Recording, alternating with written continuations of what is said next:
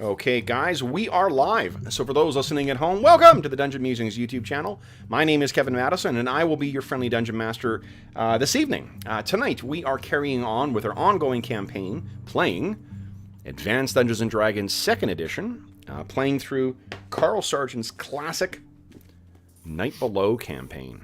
And with me today are the stars of the Night Below campaign. I'll go the order I've got you guys on the screen here. Why don't you tell us who you are, who you're playing, and what level are you currently? First up, we have George. Hey, I'm George. I'm playing Knox, the Unexpected, who is a 3rd level human invoker, and he's less than 1,600 experience points away from level 6. Awesome. Oh, wow, that's pretty cool. That's really not that much. For a wizard, it's pretty close. Yeah. Next up is Arlen. Hi, I'm Arlen. I'm playing Bergour, who is a 7th level dwarf fighter, and he's got a long way to go. He's looking at it's at almost 87,000 experience, and he needs like 164,000. So no, less than that, 128. 125. 125, is that what it is? Oh, jeez. 125. Still, not quite as bad, but still like 4 A ways to go. Experience or something. So. Nice. Speaking of, next up is Dave. Hey everybody, I'm Dave. I'm playing Druin Axebrother. He is a dwarven 6th level fighter and 5th level Allegor, which is a specialty priest of Clangadon Silverbeard. And tonight I'll be making a bronze and blue chainmail dice pack. Very nice. And I understand that you're also sharing, at the time of recording, winter has settled in Canada, but Dave and I are both from the same hometown, and he is enjoying one of our hometown specialties, which is, what, Dave? Well, this is technically a froster, so it's not quite exactly the Slurpee capital of Canada's namesake, but little Crown Royal Manitoba whiskey in it to, liven it up a little bit. And sleep tonight if I drink all this. Dave gets progressively more belligerent as the session goes on. Druin's going to be really salty after about the first 2 hours. I think both Dave and Druin strike me as friendly drunks, so I'm sure it'll be great. And last but certainly not least is Jeff. Everybody, I'm Jeff, and I'm playing Calidor, and he is a level 6, ready for level 7, Elven Fighter Thief. It's always weird when I fuck up and I read your name instead of saying Jeffrey. I think I always call you by your full name. Yeah, you do. Oh, jeez. All right, guys, so we can see on the map where you guys are going to be starting, but before we dive into the abyssal depths of the Underdark, or at least this initial cave, what happened to bring us here? What happened last session? I mean, we know that George had a thrilling encounter with the HVAC man. Oh, that continues. Oh, so fuck. That's not been resolved. 2 days with the HVAC man. It's a boss fight. It has stages. No one can figure out what's going on, so sorry everybody at home. Nobody cares about my heating problems. I do. Yeah. If it helps, here's how dumb I was today is I smelled, like, partway through the day, I smelled like what I thought was the smell of, like, rotting eggs, and we have gas in here too, and I'm like, are you fucking kidding me? Like, so I'm running around, and it was only in certain areas, but it was kind of close to where the stove was. After my son finally got up and was sniffing around, he's like, doesn't smell like eggs, it smells like rotting meat. And I'm like, I threw away some chicken 2 days ago. So it wasn't a gas leak. Said I didn't change my garbage. So your compost bag smelled like a gas leak, and you got those confused. That's totally normal. Exactly. Sorry. I interrupted. What did you... That was going on in our lives. What was going on in Aaronshire? Well, we basically were hunting and surviving. The weather took an unbelievable turn for the worse again, according to Dave's beautiful rolling. What are you talking about? And Calidor did some hunting, and it made Druin upset because he had memorized his food and water spell. And then we basically arrived here at this cave. What did you find outside the cave? What did we find outside the cave? There's like dwarven housing. This just looks like a mine. Like there wasn't actually buildings, but the ground. Oh yeah, it's like an abandoned dwarven mining settlement or something. Yeah. Yeah. Not so much dwarven in the sense that dwarves may. Actually, I guess you don't really know one way or the other because it's been reduced to foundations. Thanks to the passage of time, the toll the elements take, and that massive horde of gibberlings. So what else? What I guess brought you? What else did you find outside of the cave as well? Do you remember Dorman spotting anything? Spider webs. Yes. Yes, the spiders. Uh-huh. That reminds That's me. why John's not really here. We all know he doesn't like spiders. Yeah. Sorry guys, I gotta work late. I So- work late. although John often listens in while while he's working late, so he may have That's true. interjected in chat. I'm checking chat right now to see if he's there to get harassed, but he's not. Okay. Give me 1 second. I need to set one more thing up in here, guys. I just forgot something. Wait, But carry on. Well, we traveled through some complete darkness, and we've arrived at this scary-looking bridge over some disgusting-looking water. Mhm. And there was some kind of weird, I don't know, premonition, feeling, sensation that maybe, just maybe, we might have started into the actual night blow after 82 sessions. Yes.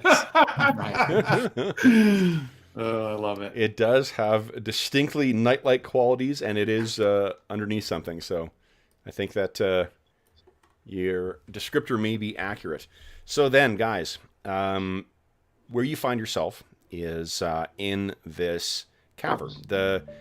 Those of you with night vision that, I guess, Knox, first off, what would you like to do for lighting? Well, well, I can't remember how we're playing it actually in terms of preparing spells. I know what I had from last time left over. Yep. So I'm assuming that's what I have. Yep. It's just what I had. Okay, great. So I did not prepare infravision, so I have no choice but to have some kind of torch light. Fireball! Damn it. Hey, Every Hey, turn, I'll Knox. fireball. Yeah. Oh, I have Hey, my Knox, continual what light about stone. Yeah. what about that rock I gave you? Yes, I have my continual light stone. And he's like, oh, right. Yeah. I barely had to use it. Well, and I don't know So if he you, pulls do you it guys do you guys have any torches left after the gibberlings? Well, that's what I was just looking up, and I do not. Ah, They okay. are erased from my sheet. I'm So, assuming that thankfully, I rock still would- have it. The rock likely would have been on you, though, right? Yeah, that's what I was assuming because it was nighttime. What is for continual light? What's the radius of light that it casts? I think it's 20, but might be Hey! bigger. It's Oh, this is nice, guys. They've changed the tokens again, and I can set normally what I have to do is. Oh, this is lovely. So normally I have to go to different screens to set up things like, allowing you guys to see the things, showing where it displays. It's all in that first screen now. So that's Continual light cool. with a 60-foot radius globe. yeah, way Love it. better than like. continual light is, I'm sorry, 60-foot radius globe. wow, okay, 60-foot radius. That's awesome. And all players can see light. Awesome. Boom, there you go, guys. So then what you can see... It's also as bright as full daylight, so if you run into some gibberlings, I won't like you very much. And just so there's one other thing I want to comment on too. We were talking. I don't think it was on stream, but it was afterwards as well. But Arlen, you mentioned something that was funny. It reminded me of or maybe think at least of oh, this is why there's so many oddball monsters in it. Your comment on piercers. I think in our campaigns we've only encountered piercers one time early on in our Ash campaign, and the fact that they had that much of an impact that you're like, yeah, no, fuck those things. Almost 2 years after first encountering them. That's just it's one of those reasons why those oddball monsters are in the game, is because things like piercers and mimics and cloakers and whatnot, they're just, you certainly don't forget having to deal with the bullshit that is those monsters, after you deal with them. No reason why I'd be thinking of piercers at this point. I mean, Yeah, I was No. gonna ask. They do an awful lot of damage. Oh, and someone had asked in chat as well, too, about massive damage, because we're getting into that stage right now, and they asked, I think in modern versions of D&D, massive damage is 25 points, but in AD&D, at least in AD&D 2nd, it's 50. So it's when you take, nobody in the group has taken 50 points of damage yet. And what happens, if you take 50 points of damage, you have to make a damage save versus death, or... I made my save versus the water. That was 53. That was 53 points. Oh, you did take 53. That was a self-inflicted wound, though, so it's not really. All right, so then yeah, you would have had to make a save versus death. Then let's do that now. Let's see if Dave's roll up a new character tonight or not. Just kidding. Retroactively, it was a dim Mac lake. It took time for it to take effect. All right, then, guys, what you see before you is this cavern structure, and there is a very gentle slope to this that the dwarves or in the party you definitely will recognize, and it is leading down. These caves definitely have a natural kind of limestone quality to them. The ceilings are between about, depending on the irregular surface on it, it varies from about 30 feet to about 50 feet. And at least in these chambers here, you can tell from the echoes when you first set your first feet on or first boots on the bridge there, that this seems to go out for quite some distance. You can see the ceilings thanks to Knox's light, but the stalactites hanging from the ceiling, they cast strange shadows, so it's difficult to make out details of the entire ceiling from any one point. Bergour has already mentioned. I think Bergour in another, another life has keen recollections of piercers. Perhaps he lost an uncle to one at some point. I'm trying to think of a dwarven version of Yason. But you lost your favorite uncle to it, so maybe we can incorporate that in fiction. He's like, watch the ceilings. What do you guys wish to do now? Just looking around for any spider webs. There are not many. There were some spider webs that you passed going down, but it was like little things, things smaller than, maybe like the balled up finger. Maybe it'd be that big. Nothing bigger than that. Certainly not as big as those beasts that you fought before. What do you guys wish to do? The light reflects off of this the surface of the water. And there is those strange fungal-coated lily pads drifting on the water surface as well. Do not like that. You know what sits on the lily pads? Was it Froggermoth? I'm not going to say. I don't want to. If it happens, it's going to be my fault. So Knox just says to Druin, should we take a look into that water to see if we can see below the surface? Do we have anything to poke at it with? I'm not using my staff, I can tell you that. No, of course not. I'm assuming everything here is just basically stone. There's no growth of like vines on the walls or any of that kind of stuff. No. There's a slickness to this cavern with moisture, but no. So there's just fungus growth on the lily pads, but not on anything else. They actually and the pads themselves, they may be they're not like lily pads. I mean, obviously, it would be challenging for any plant to photosynthesize in this cave. So it's probably got to be some other kind of life, or perhaps something else. Right. Yep. For those listening at home, this is the next 4 hours. Is the party versus the lily pads. Yeah. So strap in. Ledge. Yeah. What do you guys wish to do? We could. I mean, at the very least, we need to try crossing the bridge one at a time, I think. You can see that the ropes have broken. So you'll be, see how on the side there, the ropes have worn down and broken over time.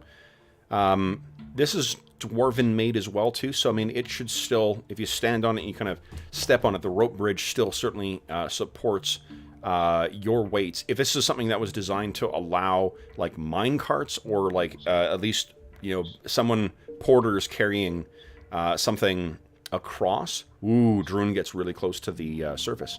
And he tests the bridge. The bridge seems fine.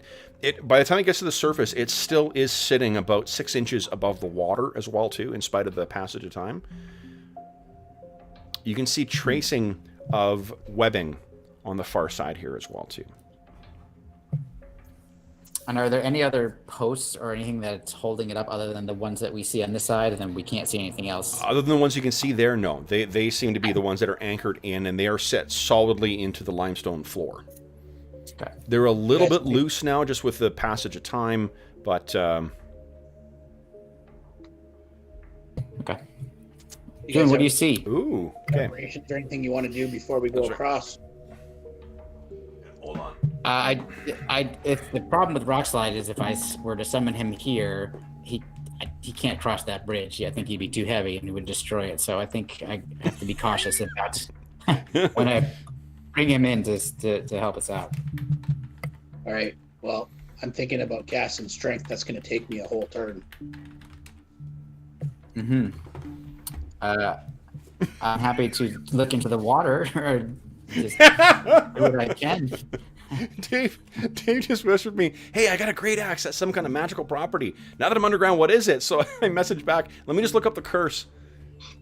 I don't know what you're talking about, Madison. I don't know what you're talking about. Okay, let's see here.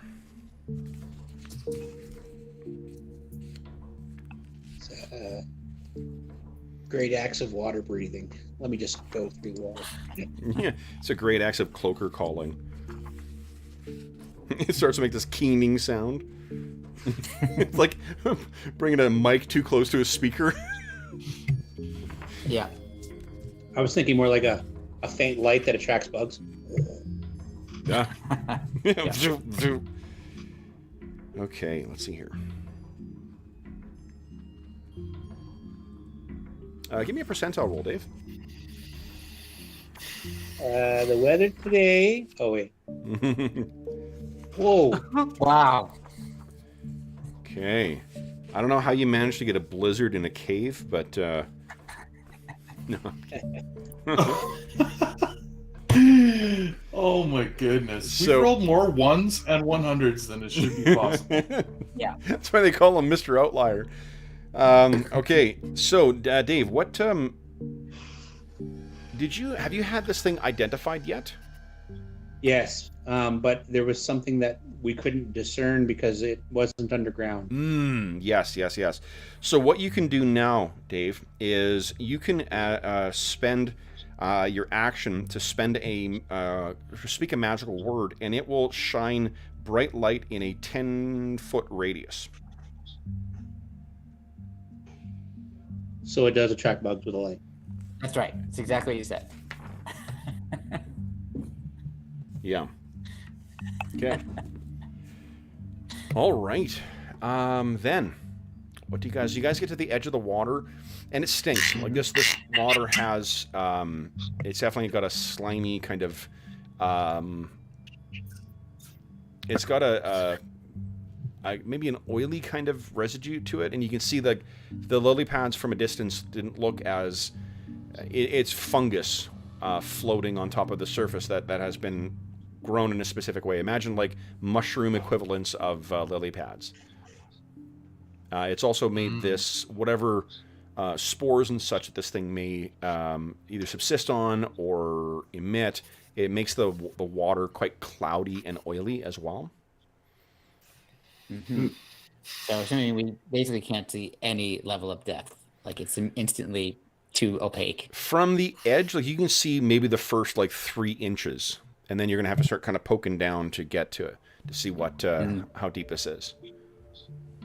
And is there any signs of any movement on the water, or is it totally still? Sorry, say it one more time.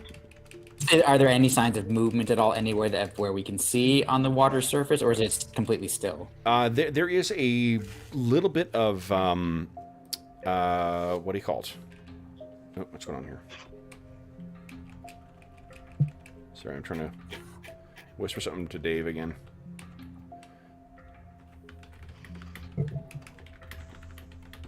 I'm really cursed? What the fuck? Yeah. When you spend your first day underground, Dave. Okay. Okay.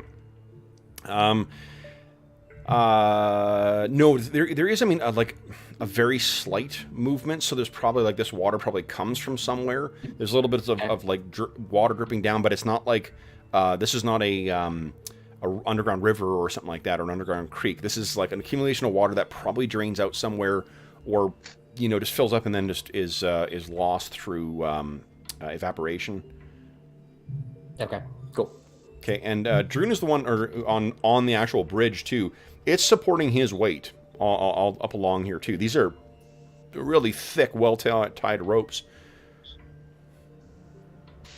Calidor pulls out his shield and his sword. He says, "This is silly, boys. It's just a bridge over some gross water," and he'll step past Druin and start crossing the bridge. Okay. Yeah, you're right, Calidor. Let's go. So without the support of the hand or the like handrails or whatever, it is a bit wobbly. So I think what I'd like you to do is give me a dexterity check, please. So you want to roll d20 and roll your dexterity or less. You guys could try and take steps. If you've got suggestions for how to try and stabilize this thing, I'm happy to consider those too, so he doesn't have to make the check. But it's not too hard for Calidor. I don't know about other people, but okay, Calidor, maybe we want to consider that. Safely makes his way to the far side. Do we have any Dorman's rope? Well, and it's also kind of a question of weight, because one obvious thing is we could have somebody stand on it, and that'll distribute the weight more, but that puts more total weight on the bridge, right? Well, the other thing is how far are we going in?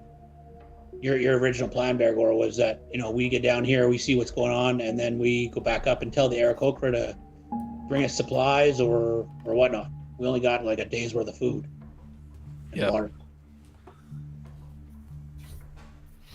Do you have the ability to call upon your divine magic to create food and water at this point?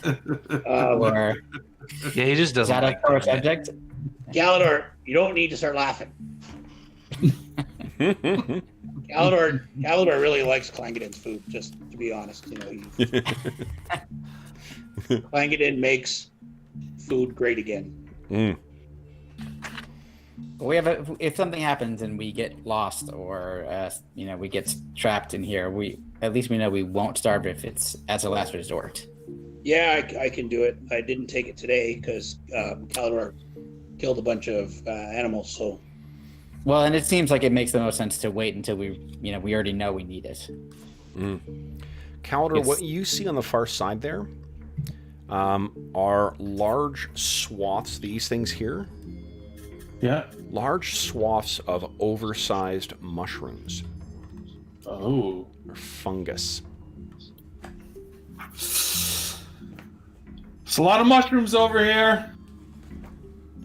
Is anybody allergic? No, but I like them on pizza. A little bit allergic to yelling in caves when we don't know what's up, but it echoes quite far down. You can tell that the caves still extend down for quite some distance, Calidor, and your voice carries whoa down the direction that you were heading. Can you? What's over there, Calidor? Do you see multiple tunnels, or is just a single tunnel? I see a wide open area. Should we cross? Druin, do you want us to wait until you finish casting this spell of yours? Well, he hasn't started it yet because we were talking about. So, but do you want us to wait until you do so, or do you want to cross first? do it on the other side. I'm just wondering if we had rope in case, it gets a little wobbly. Looked like Calidor had to, watch his step. Can I assume Max is going back to boy form instead of bear? Yeah, for at least the crossing. All right, and no one's got rope? All right, let's go across. Yay! Why is Darwin getting big? Hi, buddy. I know, it's crazy. He wants to see if Druin makes it. He said, I don't think Druin's going to make it. Can I see? Let's find out. This is the time we start feeding them coffee and cigarettes. They stay that size. Hi, buddy. Yeah, I mean. Wave, You wave? You say hello? Hello. Obviously, he can't hear anything because I got my. He's like, what are those weirdos doing? he literally, my wife said, I'll let you watch some of the game if you put your pants on. Which is usually what you have to say to me. So it was nice that for once somebody else said it. to be honest, nowadays, like the last 8 months, that's every day of mine. It's a real, red letter day when I have pants on instead of shorts. All right. So, Druin, with distractions to be over. you successfully make your way across? Yeah, it was easy as just, going like an elf. It's elf on bridge. So here's something that you, when you get across there, you can see these wild mushrooms as well, too. And the thing is, I mean, you're not a botanist or a whatever the fungal equivalent thereof is.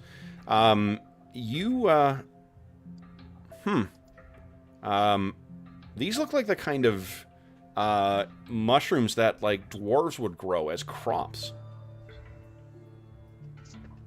You're not sure about that, and boy, you'd hate to be wrong about that, but in sort of the same way that wild wheat can grow in abandoned farmsteads, this is the same kind of thing where if there was a crop being tended and it wasn't tended properly, it may just grow in irregular patches. On the other hand, I mean, there's also, dwarves are certainly aware of, if not necessarily able to identify, a wide variety of very dangerous fungus as well, too. I wouldn't necessarily eat these, Calidor. Some of these might be good for you, and some of them might give you a bit of a tummy ache. Mm-hmm. If only you had someone with a cooking proficiency. The one time Dorman's proficiency or herbalism. Chael and his herbalism might come in handy right now. I don't know if herbalism would help you with fungus. Certainly not underground fungus.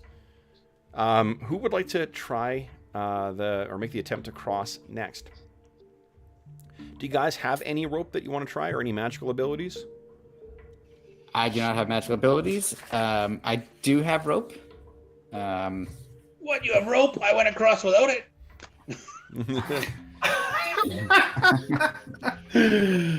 Seems like you were okay, so but I wouldn't mind handing one end to Bergour just as a precautionary measure. Okay. If he would be willing to hang on to it. If you're able to toss it across to Calidor on one end and Bergour on the other, you don't need to make a roll. You can make your way safely across. Awesome. Then I will do that. Do you want to move Max across that way as well? Yep. Okay. So boom, boom.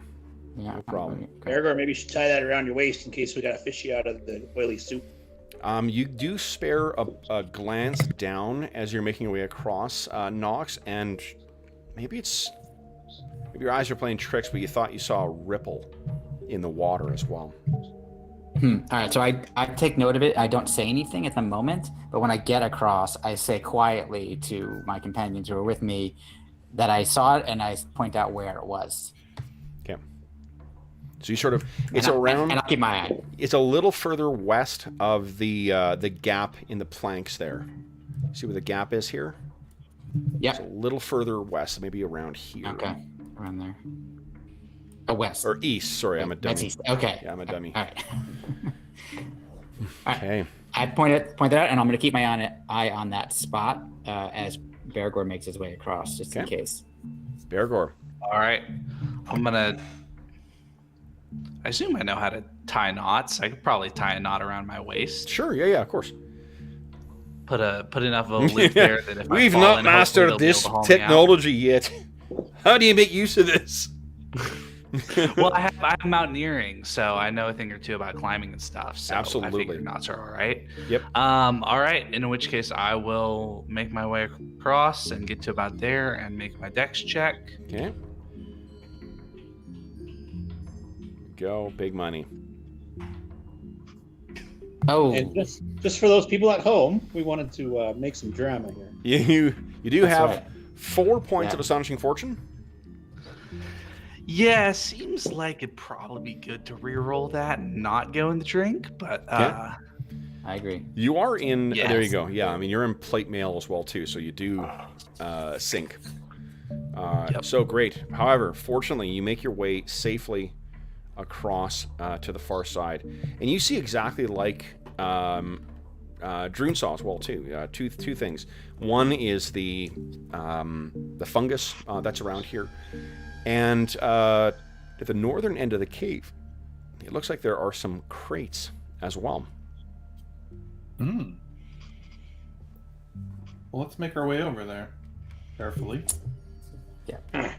Okay. Very carefully. So, ooh, Calder, looks like you're going to have to either step through the mushrooms. The mushrooms are about 3 feet tall. What's over here? You know, it appears that it goes in further. Yeah, and it looks like there's stuff both directions. I'm gonna just do rear guard here. There's stuff in the southeast, guys. Just so you know, there's an opening down there. Okay, so what Okay. you can... Yeah, the map as is shows, like, you know, 2 sofas in it. It's It not... looks like someone's living room. Yeah, really. It's a dorm room. You find someone's college dorm. No, what that is that is a bunch of wooden furniture that's in there. It looks like it may have been like a staging area or a workspace of some kind, during at least what you can see. Much of it is deteriorated or broken, and all of it is covered in spider webs. Oh, I mean, technically, I guess it could come from anything, so it's not necessarily a spider web. It could be an ettercap Right. web. It could be, I don't know, spider dragon web. Could be a silk Drow. worms. Shrine to the to Loth. I mean, who knows? sure. Yep, all sorts of good stuff it could be. Dragoloth, Awesome. you know, a demon drow spider. Lots of, you know. Okay, so but speaking of the mushrooms, though, We haven't had a lich yet. Though. yeah, where would you guys like to go? Should we check out the north first? It looks like the edge of my vision, like it might just end there, so we could check it out and then continue south. Yeah, I'll follow you a little bit, but I'll play rear guard here. My first Let me choice know is, when I've got a bit of time. I'm going to take 10 minutes to cast my strength spell. I think it's worth doing. Okay, Right now, It lasts a while, right? that's like hours. Yeah, I think that's worth. I would feel better if you had done that. okay. All right. I'm happy to investigate, but I don't know if I should go alone. Does anybody want to accompany me? No. Okay, great. Then I'll just. No, I'll go. I'm gonna try to avoid the mushrooms. I don't know if I actually can, Yeah. but I'm gonna do my best to do so. So you're keeping a careful eye on them, making your way to Yes. the side there. I've heard some strange things about mushrooms. Definitely. Okay. Yep, nothing happens. Oh wait, both of you were standing there? Oh, Yeah. Not yes, nothing. with happens. that. All right, so you guys make it clear to the far side, surrounded by mushrooms, as it were, and you see these old crates, and they are covered in dust and webs, not nearly as big as the webbing that you see on to the south, but these look to be of, I mean, they are old and they are brittle. And they're totally intact, all of them? Yeah, Or they appear to be. know, You can try and open them if you like. Can we tell how they're affixed? Like, are these things nailed shut? Like, can we? Oh, well, there's a layer of dust on them, so I probably can't see. Yeah. That, actually. What do you think, Calidor? Should we try to open one of these? We could things? pry one open and kind of see what's going on, I guess. All right, let's move up. So I'll I'm reluctant to use my staff to do anything to mess with this crate. And I don't have any other... Well, I could use my my sword, I guess. I thought I might just want to touch it and see if anything happens, like, or, you know, just see, maybe the top is just set on there, not affixed, I don't know. Sure. So I'll let Calidor, take a step back and just let Calidor use the sword to try to see if he can dislodge the top. Okay. It does seem to be, once you sort of like clear the dust and the spider webs away, you can see that the crate seems to be nailed shut. It's quite old, but it is sealed. And you think that, do either Calidor or Knox speak Dwarven or Dwarvish? I do not. I do, actually. Oh, Okay. excellent. Yeah, so you can I don't see... know if I read Dwarven, but... yeah, you would be. If you're going to speak it, I'll let you be literate with it as well too. And what you can see is, well, what you can read on it is, there are markings from Citadel silver in here. The dwarves.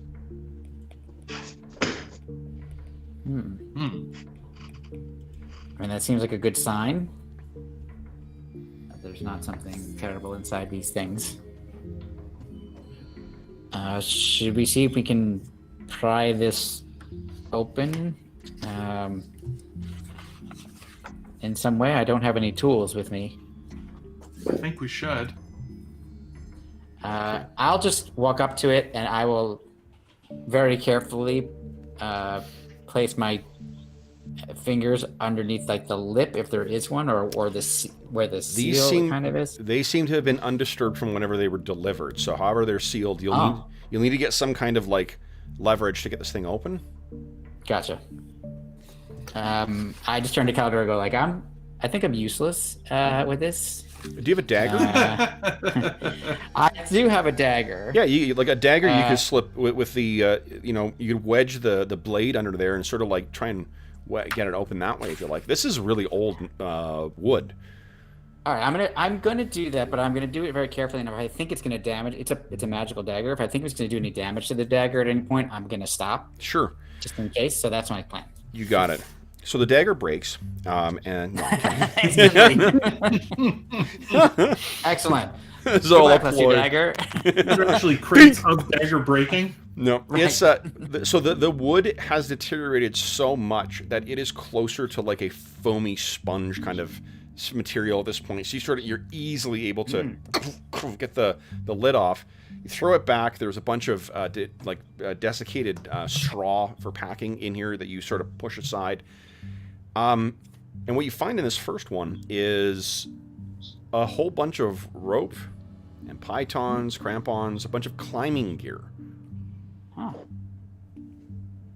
Rope! Oh, that'll make Dorman happy. Yeah. Oh, that's right. Well, I just turned to Calidor and say, I'm gonna guess these are all safe. What do you think? Yeah, we might as well open them all and see what else we can find. There might be some useful stuff. Like, we could use some climbing gear. Great. So I think we'll open them all. We won't take stuff yet, but we'll open them all to see what the options are. Sure. Yeah. So what you find in here is there is pickaxes that are fitted for dwarven size. There are crampons, pythons. There's rope. There's helmets of like mining helmets, and they're designed to have a little like place where you can put a bit of alchemical thing and burn it, and it'll burn for 10 hours. All of and there's enough for like 100 uses of the of this alchemical stuff. The total batch of 100 probably weighs about 10 pounds. But yeah, I mean, this appears to be, and the stuff has, although it has clearly been sitting here for quite some time, it sits here. It's all still quite intact. So there is as much rope as you guys want to carry. It is regular rope, not silk rope, so it is a little heavier, but there's enough rope for as much as you guys want to take. There is crampons and pythons. Again, you're welcome to take as many as you want. There is the mining helmets and the little alchemical thing. You're free to take that as well. Well, let's take some of this stuff. I'll call the dwarves over. For sure. Druin's casting. Bergour, Druin. How long is it spell? Bergour, we found a bunch of mining gear. Druin takes 10 minutes to cast it, I think. Yeah. So. Okay. Yeah. Try not to be overly loud, like- but There must be... If it's here, there must be mines ahead. So if depending on what, I might move back if Bergour goes forward, if he wants to look at this stuff.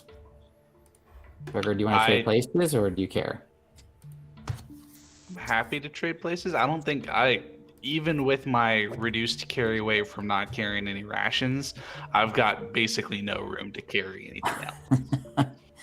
Then I suggest you don't carry anything else. That's just, that's just me. So I don't think I'll just stay here with Calidor as I'm just watching Calidor's back, basically. Okay. As he Well, you don't even want a hat with a light? Would it fit me? Yeah, would it fit our? I'm sure it would fit Bergour actually and Druin.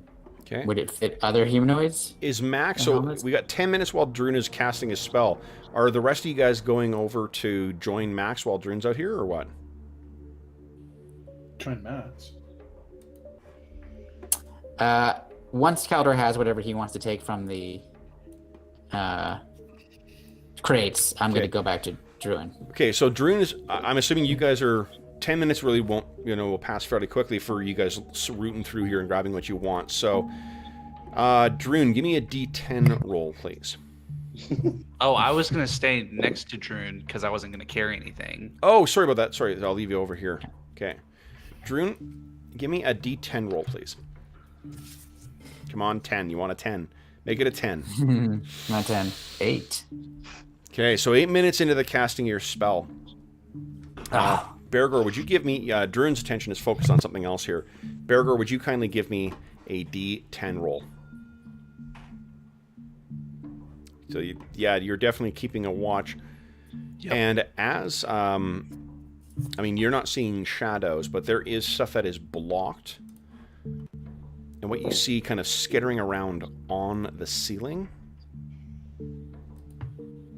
is this. Moving along. And you realize, looking up over here, that the ceilings seem to be covered in spider webs. So, guys, you are not surprised. What do you say, Bergour, before we roll initiative? Spiders incoming. Okay. Let us get this going here. I got some different... Let me move this down a bit. Damn it.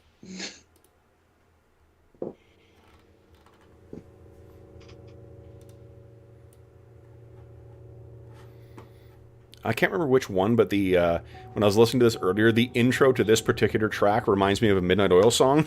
So I keep thinking that like it's going to suddenly break into something much louder. Like Beds Are Burning is, I think, the song I'm thinking of. Oh, yeah. Right? Because it's got that quiet, like, and then it suddenly gets louder and boom. Is that okay. the only Midnight Oil song? No, I love their... I saw them on tour for the Earth and Sun and Moon album, and I love every song on that album. It's super good. I will have to admit then I only know the ones. Okay, no, they are not super... They were... I mean, like, they had 3 albums that were pretty successful in North America, and then not really. I know, although Pete Garrett went into politics afterwards, so... Huh.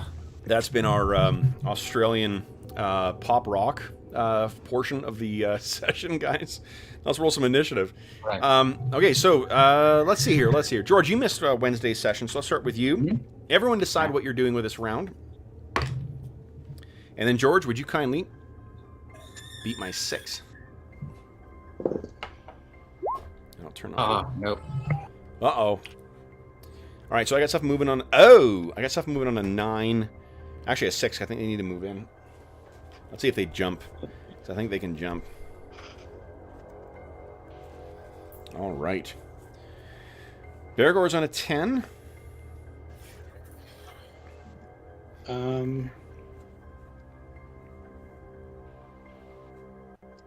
What do you want me to put for mine, Kev? I'm already casting. I've been casting. Yeah, you're either going to lose the spell, or you are going to have to keep on casting. Okay, but for initiative, do you want me to just... Depends on what you're doing. Are you continuing to cast?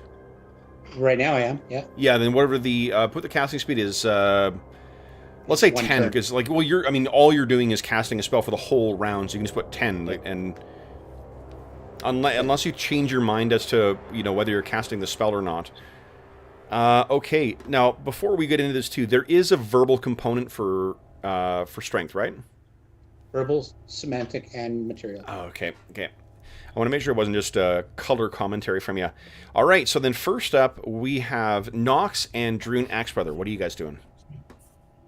Well, I put it in right away because I'm casting from the beginning of our turn, so... Yeah.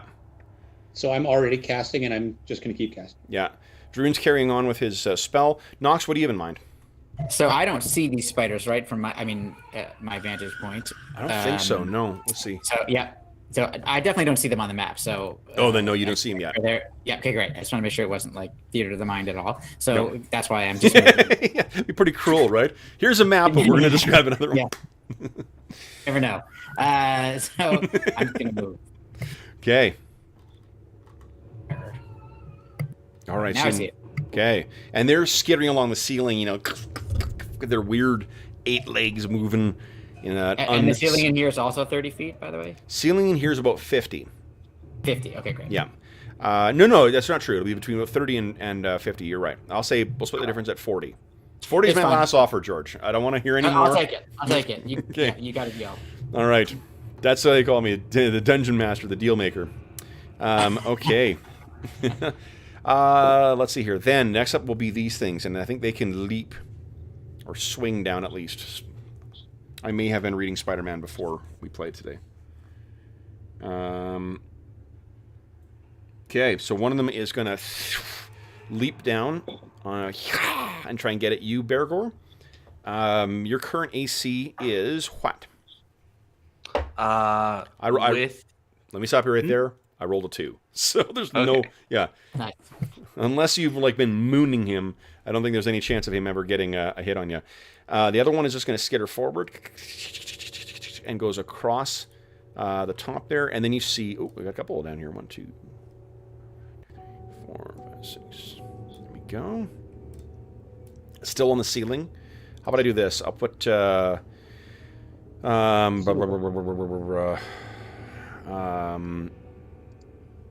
red is roof. There you go. So they're on the roof. Red is injured. 2, 3. Well, that's true. Hold on. Bloodied. If we're gonna be trying 3E again or 4E again sometime soon, you got to learn bloodied. Let's do this. Yeah, I still use that to this day. In fact, I have 4 levels. What was that? I have 4 levels to this day of healthy, hurt, bloodied at death's door, just for my players to get a basic idea of I like that a lot, because you would see something, you'd be like, oh, that person looks pretty messed up. Absolutely, yeah. No, it's one of the best. I think from running it so much, I think I picked it up so you guys I always communicate to you guys. Oh, that's not true. We use the fucking health bars. Which I think is really... Yeah, that makes it too crazy. Yeah, it is, for those who like pure Theater of the Mind stuff, even when we play Theater of the Mind, we still use tokens with health bars.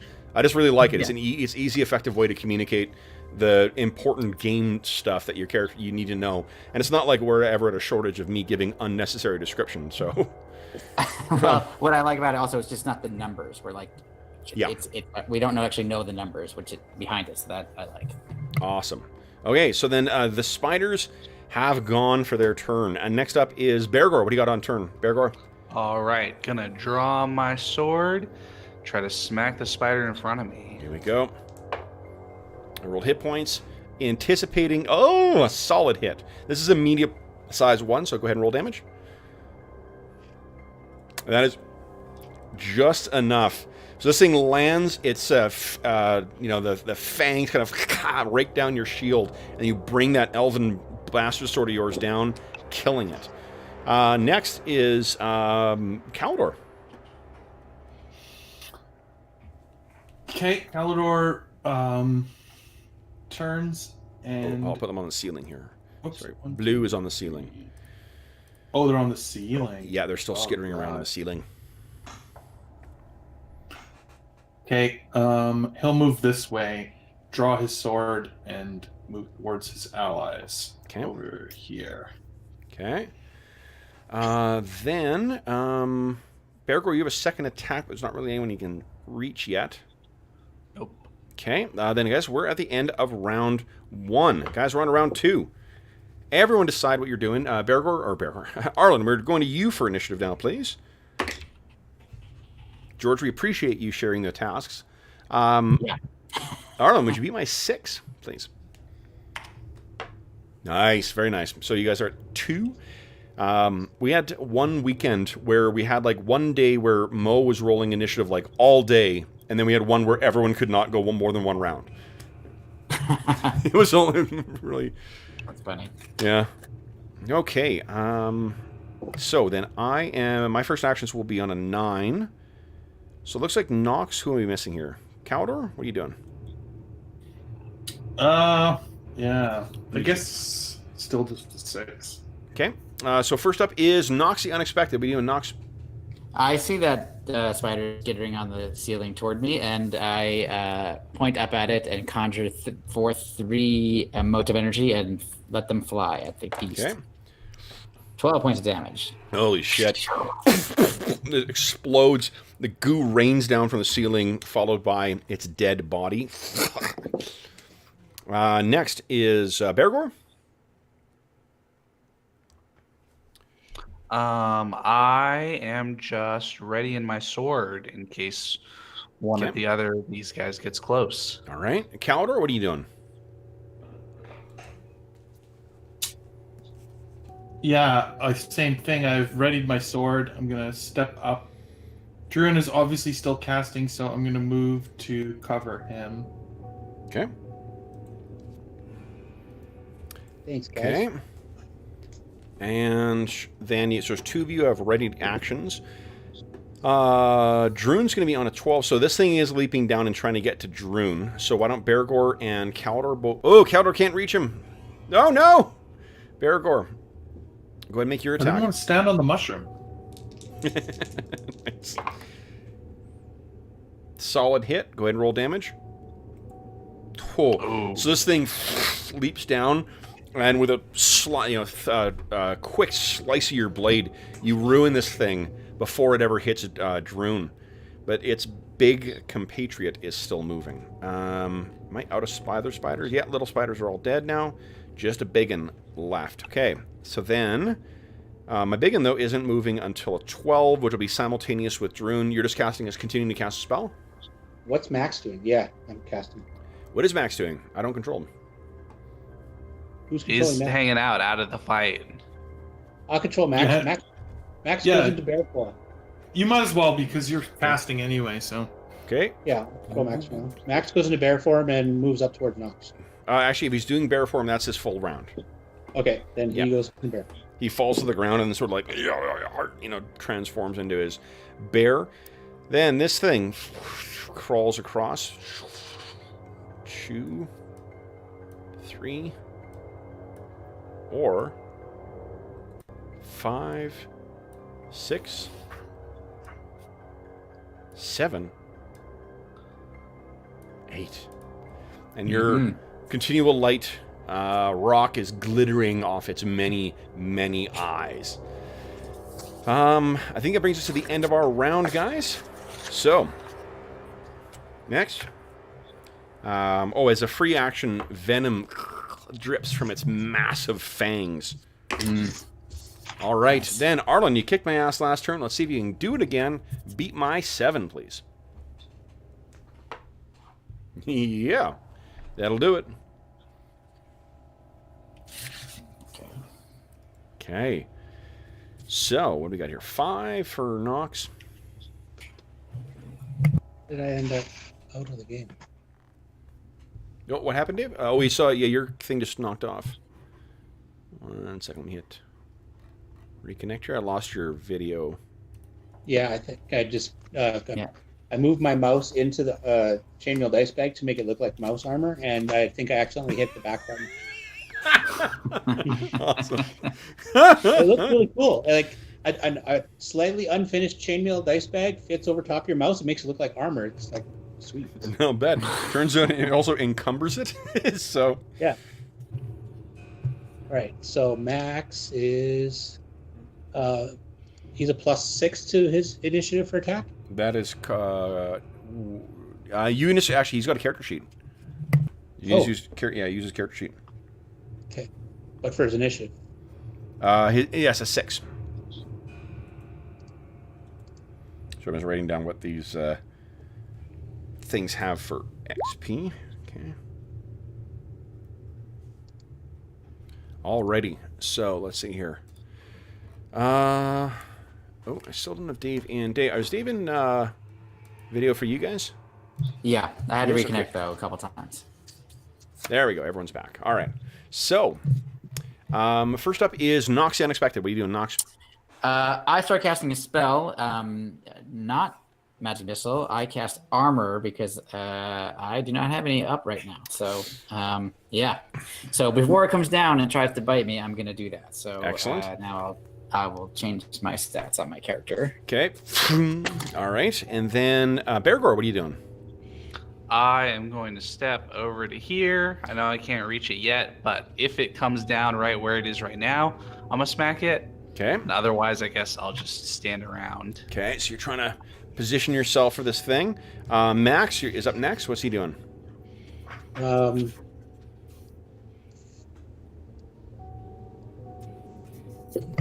Max is going to move in next to Knox and prepare a nasty bite if that spider tries to drop down.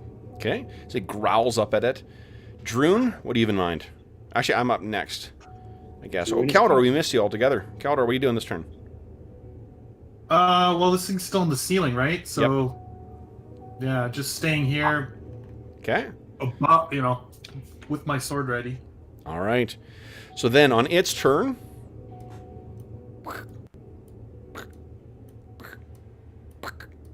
skitters along the ceiling,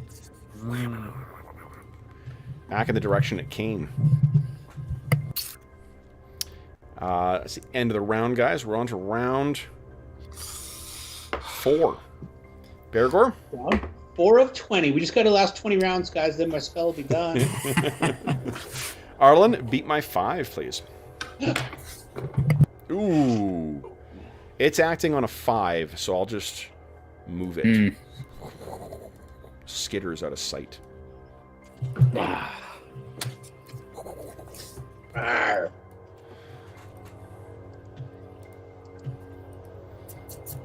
Okay.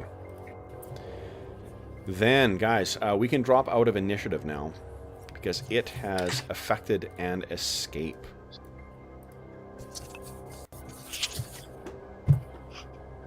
And 16 rounds later, Boom! Strength goes off.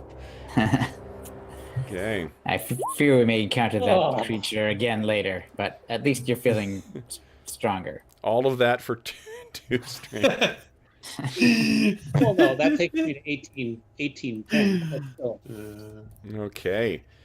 So then, what does 18 10 do for me?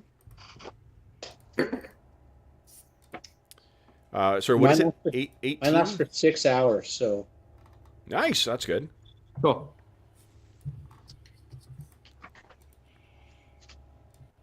only I could do like a charisma spell.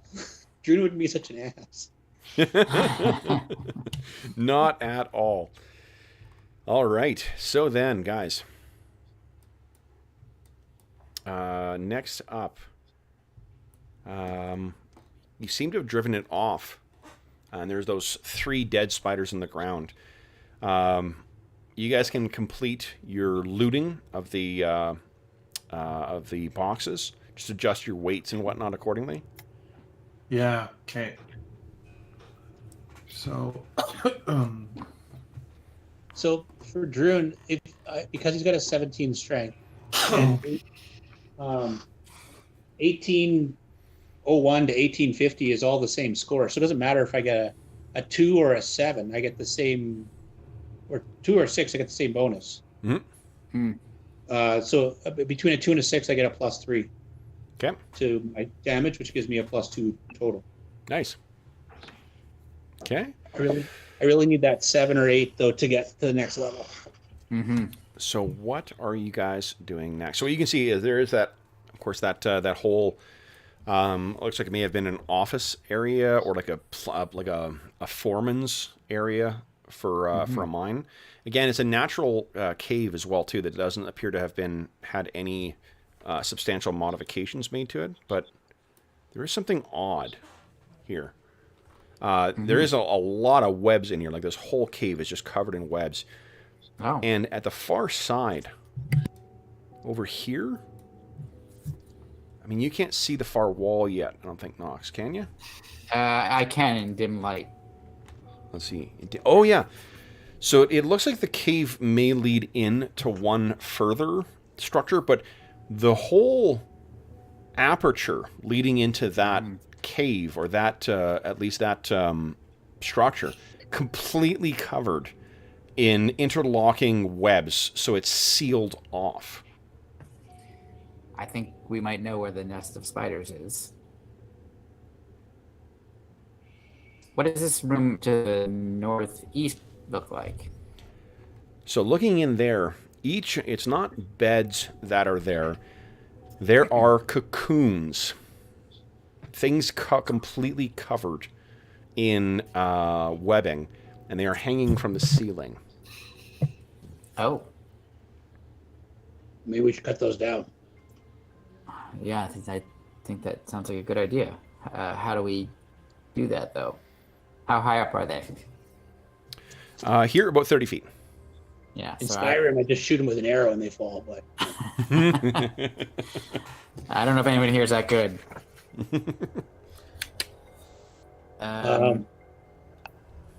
Before we leave the room with the equipment, does Max want to carry something?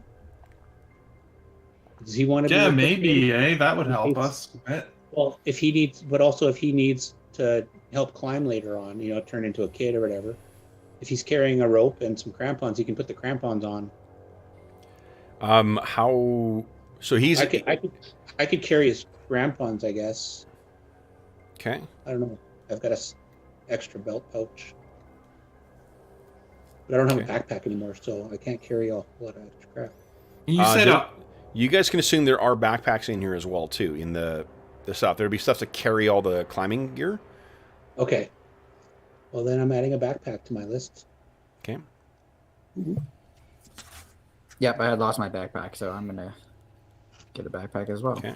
It requires a little bit of work with the straps for you, Knox, just because you're a stockier guy, and you're human, not a dwarf. But it's not much. I mean, it's a backpack, and dwarven arms aren't like so strangely located.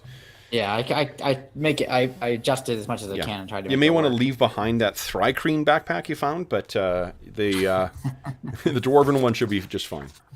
Perfect. So Druin will coil up a rope in a bigger coil than normal, and then he'll put it over Max's shoulder and head, and he can carry his own rope. Okay. Okay. Do you use rope? Or What's that? do you have the proficiency for like using rope or tying knots? No. Somebody else want to do that if they have a skill? Dorman does. So I think I'll just let him. I'll say that he has done that for you. The reason I ask is like, you will be continually, having to retie that unless you've got some way of securing the rope on him. It would just be because he's a bear. He's right. in. Okay, I see what you're saying. Yeah. Just that it's tough. He's like a saddle or like packs or stuff like that. When you guys get back to town, you may decide to, if he's going to be in bear form all the time, custom make some stuff for him to be able to carry stuff. Though. Yeah, like a doggy harness for bears. Yeah, exactly. It's a what do you call it? Put a halter on him? No, Max, no. All right. Then what do you guys wish to do next? I don't know any way to get those things down at the moment. So it seems like we might want to investigate. I'm afraid that more spiders may come from that nest. Did you guys just get pythons? Uh-huh. Yes, we did. Crampons? Crampons would be less useful in this for this particular thing, but for pythons, like you put them in the wall and you're able to climb your way up. Then Well, we What do you have a guys think we thief. should do? We have a thief idea. with a climbing skill too. so the one difficulty is hold on, let me grab something, guys. Calibur, you're pretty good at climbing, aren't you? Yeah, decent. Climb up there with a knife and cut these things down. So the difficulty is that you're having to go up and then across a little bit. And that's going to require some careful maneuvering. Now, Calidor does have thief climbing, so that is absolutely something you could do. Great. You just need to get your heavier armor off is all. Right. And there's spiders. I mean, it would take you less time and would be less noisy to take the armor off and then do your climbing than it would be to, than what Druin's casting the spell.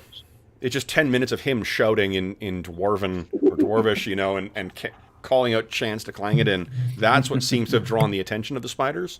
Hey, And you if seem that to have didn't driven them bring 'em off. out of the plot. Yeah, if that didn't bring them out to play, then Calidor's not going to. Yeah, Calor, it's up to you if you want to take your armor off and try to climb up there.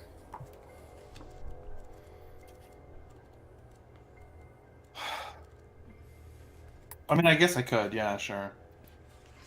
As long as you guys are willing to help me put my armor back on. Sure. And protect you from spiders. Yep. Well, yeah, that's a given. Well, We're just going to watch. You got this! It's all you! Appreciate all the help, Calidor. I'm just going to watch now. Okay, hold on. Just adding this stuff that I took. Wait. Sure, Yeah. I'm just quickly checking something here as well. Group. Oh, shh. Okay, yeah. Temp rope 20 pounds. You know what the weight of crampons are? Crampons. Yes, I Wait. can tell you. 2 pounds. Oh, did you find it? Yeah, I found them in the PHP. PHP. Oh, great. Okay. So then, Knox, not Knox, Calidor, with... What is your climbing skill right now? I think you did put quite a few points into it at your early levels. It's just been a while. Yeah. It's 80%. So you currently have it at 80. If you took the time to put pythons in, I think that gives like a plus 20% to it. So, That's with a minus 15 for armor. oh, okay. So you're at 95 for climbing? Isn't? I remember I had to lower it because you said there was a limit. What is your? Well, I mean, if do you wear plate mail or do you wear something else? No, it's Banded scale? Chainmail, right? chain. Chain, right? So Chainmail. so that's minus 15. So you mean it's 80 with the modifier, or do you mean it's 65 right now? Yeah. It's 80 with the chainmail on. Oh wow, okay. So you're 80 with the So maybe I chainmail. don't even need to take it off. I mean, No, it's just, and you're not encumbered right now, right? no. Okay. So I didn't take any rope because it was too heavy to carry. it is a little slippery or in here, but if you use pythons, that'll net it out. So basically, you're gonna have an 80% chance of climbing up. You wanna give it a go? Yeah, let's do it. Okay. Makes it exciting. Heck yeah. So, going to We roll also- her up. We had in our Legacy of the Crystal Shard thing. We had. Oh my god! Straight away, immediately a super high roll. Okay, give me a D. Well, hold on, you have Astonishing Fortune. So if you want to re-roll that, you're welcome to spend a point of Astonishing Fortune. Sure. I think he starts out and it's really slippery. Yeah, And yeah. He's like, oh, this isn't what I was expecting. Okay. So you spend a point of Astonishing Fortune, re-roll. Let's see here. Nice. There we go. 6. So you guys rarely get to see how normally Calidor's sort of right in the thick of things, scrapping things up. At least the last couple of seemingly this whole year actually. But in he puts his sword away, and you are quickly reminded just how nimble he can be when needs be. And he easily scampers up the side of this wall and manages to get himself wedged between some of the stalactites and get himself over to the first of these cocoons. So you have a dagger on you or something, right, Calidor? Yeah, like just a normal. Okay, so you brace yourself, you take a dagger out, and you hack at this thing, and it falls full. It takes you a couple tries to hack through the thick, webbing, and it's fairly sticky as well too. But you're able to get the thing down, and it hits the ground. Now this thing, whatever is concealed in here, is at least the size of a fairly large man. Oh gosh. Yeah. While you're up here, do you want to try and cut down any others, or you just want to inspect this one first and then? Well, I'll stay up here and I'll get them to. It fell to the ground, right? So yeah, those guys can inspect it. Whereabouts is he on the map? Can you ping the map? He's probably cut down this one here. Oh, okay. Oh, so wait, I'm in the wrong spot. All right. I'm up here. Right over here, actually. Actually, that doesn't really matter. It doesn't make a difference to me. Okay. And blue is on the ceiling. Yes. Yeah. Okay. So that hits the ground. What do you guys do? Druin goes over and oh, hey, what's good? Counter. If you're going to try and stay on the ceiling, give me a Constitution check, please. Okay.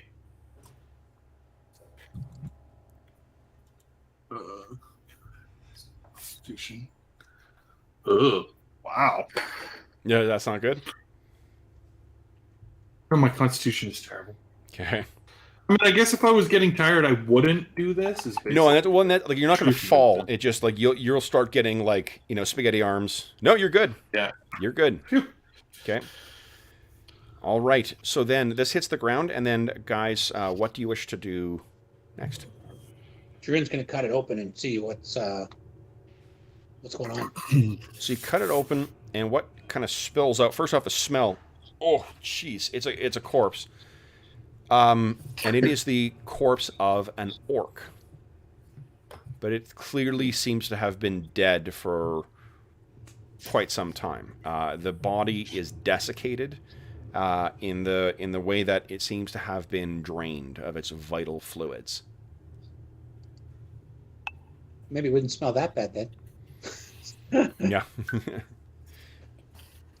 Well, orcs always smell bad, so it's not really much of an improvement.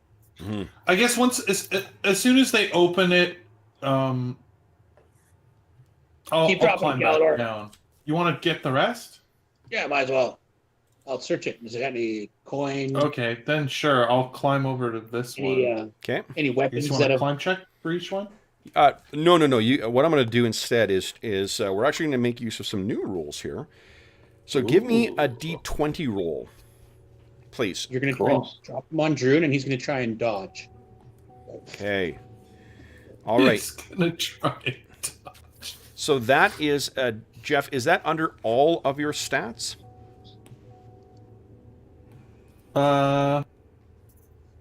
Yes. That is under all of my stats. Okay. Amazingly. Then you're able to do it. You get down, you're a little tired, but it doesn't fatigue you in any way. Okay. And you're able to get back down. Every one of these, as you guys cut these open, you find the same thing. And there is still that vaguely fish smell to the orc corpses as well, too. They smell fishy. Greatly diminished from when you've encountered them before. But, yeah. Do the orcs look like they were down here? Like, are they equipped for being in a cave, or they look like maybe dragged down here? They look to you like they're equipped identically to the other orcs you face, and in fact, one of them has not on a shield, but on a what do you call it, like a leather jerkin. he has... Where is it? That sigil on it. I don't like that sigil. Yeah. So what are you guys thinking?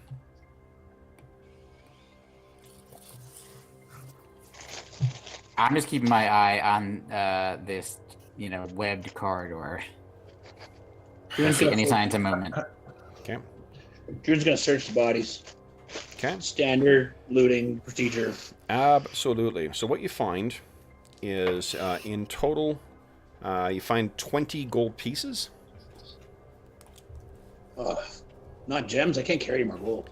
And two of them have something that it's let's see here. I think the Druin and Bergour may recognize this. Druin and Bergour, why don't you give us intelligence checks at -4, please? So take your 4 away from your intelligence. Give us a roll. Roll that or less.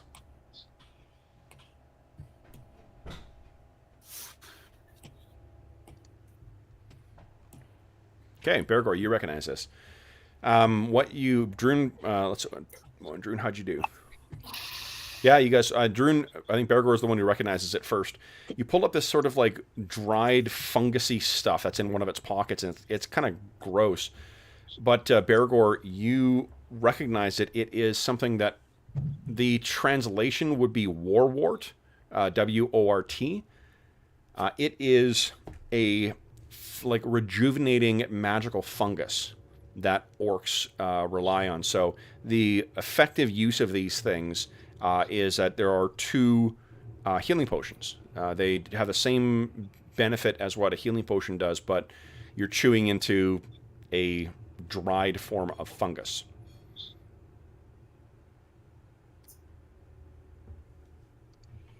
So who would like to, assuming you're going to take them, who would like to take the warwort? The what?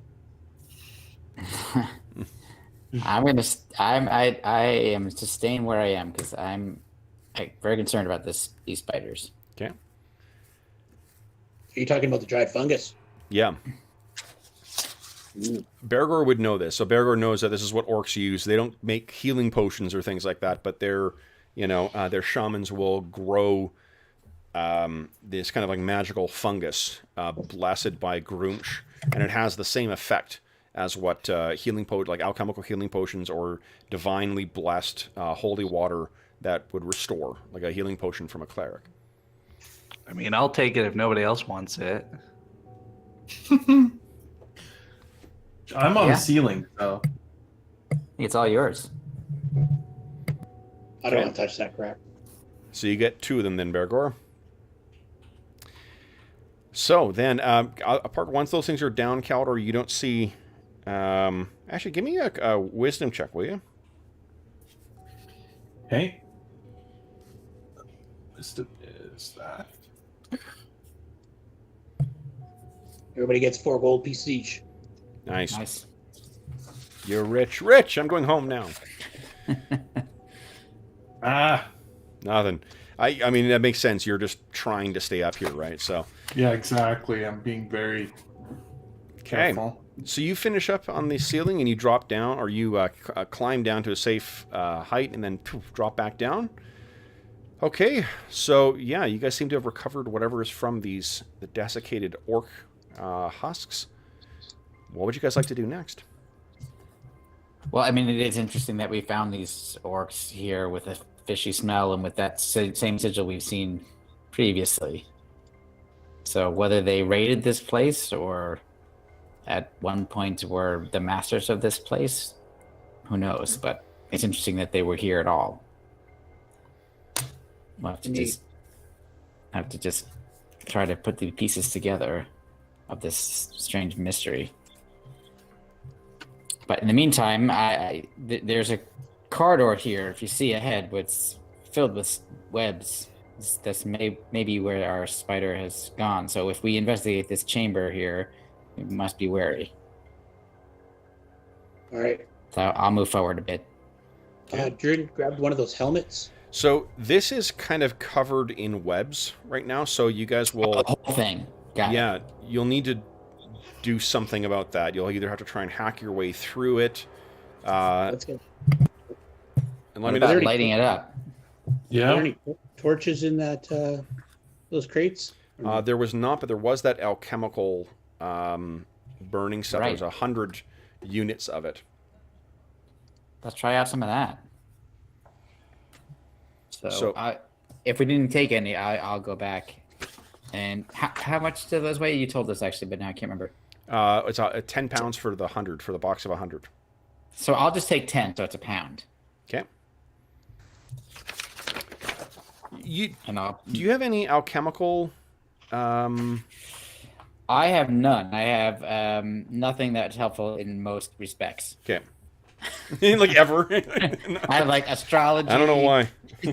Omen reading. I memorized 16 copies of Read Magic. I don't... Yes. Why am I playing this game? I don't... Would there be like a tinderbox or something in that thing? Yeah, in the crate, there's probably something like a little... If you think about it, there's a little like like leather satchels that seem to be specially treated to carry these things. Okay. The reason I ask is just because if you're hit by fire magics and you don't have them in some kind of either the safe container that that they all came in or something else, then I see. I don't know how I'd roll 100 d6, but Right, it's like carrying a bag full of gunpowder. basically, I mean, it only has like it flashes and then burns, but just one of them not a real problem. 100 of them going off at once, or 10 of them even going off at once might hurt you. So yeah, Druin also took 10 charges, but he also took a helmet because he doesn't have a helmet, and this way he can have a light.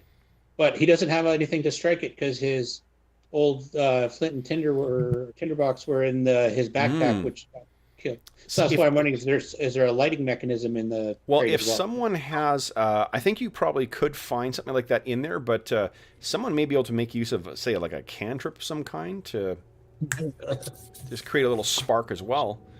Do it. Do it. Yeah, we're using that optional rule from Dragon Magazine. Yes, right? the little wishes. Yeah. So I will. I'm going to attempt to do that. I happen to be an invoker. Okay. So you what do? You place it on some of the webbing, like one of them or two of them or something like that, and then you're gonna try and light it. I think I would start with one because I don't really know how volatile this stuff is. So just in case, I'll start with one and see what happens. I don't know if you guys... I'm actually not going to wear the helmet while you're doing this either. I'm going to put it on the ground. that clip from the 70s of that one town blowing up a whale was making the rounds on Twitter this week. So probably good to start with one, not a whole bunch. Yeah. Okay. I feel like that makes the most sense. So I can make my cantrip roll here. There we go. All right. One success. Yep. So what does it look like as you bring fire into creation? So I, put it's like a powdery substance, or what is the material? Like you can think of it like a small little greasy ball. Okay, perfect. So I'm gonna walk up to the webs and kind of press it into some of the webs, so it's in a little bit, and like pull my hand back out and get the webs off of them. I do that for a while, trying to get them off, and then I point my finger out and I keep it, a few inches away, ready to pull it back, and I concentrate, and suddenly there's like some what looks like static energy, like starts to spark on my finger, and then suddenly a flash of electricity comes out of my finger and hits the alchemical substance, and there's a huge flash. So I need everyone to give me a save versus breath weapon, please. Caldor, you're not actually in the room, so you're okay. Everyone other than Caldor. Thank goodness. It's about time I got away with one. Thanks. True. Okay, so Bergour fails. Nope. No, I succeeded. Oh yeah, high is good. Right. Sorry. Okay. Kev, it's 82 sessions. Learn the game. So Knox, it makes sense that you would have failed. Druin, where you are, it makes sense that you would have failed. Who wants to roll for Max? Maybe Calder, why don't you go roll for Max for us, because Sure. you've been I have spared. Oh, you have a sheet I- open? Yeah, just click the Okay, button. yeah, so go ahead. Yeah, I have Max's sheet here. Okay, let's see. Awesome. So Max sort of like, wow, looks away. So those of you who succeeded, so Bergour and Max, you see sort of what's about to happen. You're like, shit, and look away. The rest of you guys, Druin and Knox, there is a huge flash as all of the webs in here are completely consumed, and you are currently blinded. Okay. Okay, so it all goes up, and what you can see, those of you who still have sight, I'll let you know when your sight comes back. And it's not that you're like seeing blackness; you're just seeing all spots and brightness right now. Knox and Calder, you're sort of like, what the hell happened out there? If you step out, what you can see is that the flames are also eating through that built up webs on the far side there, and it starts dropping away, revealing something behind. All right, party vote for everybody who's not blinded. Who's going to be more useful in the next couple seconds, Knox or Druin? I have No, I'm blind serious. fighting. And my sword has an ability to cure blindness once per day. I have blind fighting, Nice. and I used it 10 sessions ago for the first time. Yeah. So there you go. All right, then Knox. So Bergour will sort of make pretty serious grumbling noises and say, "It's just kind of your damn fault," but I guess. And Bergour walks over and he sort of pommel checks him with the sword, and suddenly there's a sort of flash of light that runs along the sword and towards Knox's eyes, and I assume he can see again. He can see again in time to reveal what lies behind. And just give me one sec here. Damn it, Knox! I should use my blind fighting on you. It was just a cantrip. I'm like staggered. Like Oh, I didn't think I was that powerful. I gotta. It's like staring at my hands. Like People at home, we talked about this after the last session about how our characters have changed over time. Druin had started this adventure not having ever been attacked by a friendly fire spell or anything, and since then been burned several times and a couple other things. So. Okay, that's about right. All right, guys, so here we go. The reveal in 3, 2, 1. oh. Guys, let's take our mid-session break. Yeah. Yeah. So your sight comes back in time to see. And for those listening, contemporaneous as well too. This session was written before I saw this week's episode of Mandalorian as well. So there was no inspiration drawn from that. Okay, so then, guys, let's take our mid-session break, and we'll be back in 5 minutes.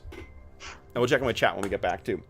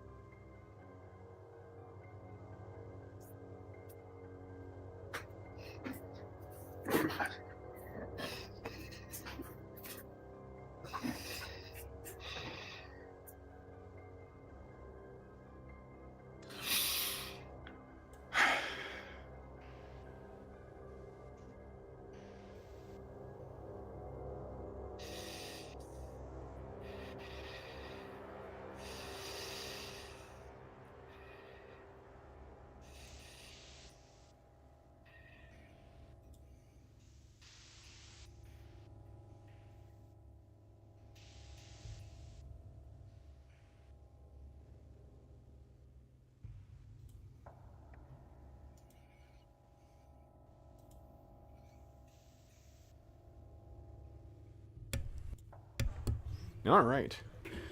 Just checking my chat here, guys. Steve, what's shaking? Oh, good girl. Anna Bananas joined us as well, too. Ewawa, howdy, howdy. Yeah, no, sorry we had the late start today. We got stuck chatting before, so... Oh, boy. Fred, what's going on?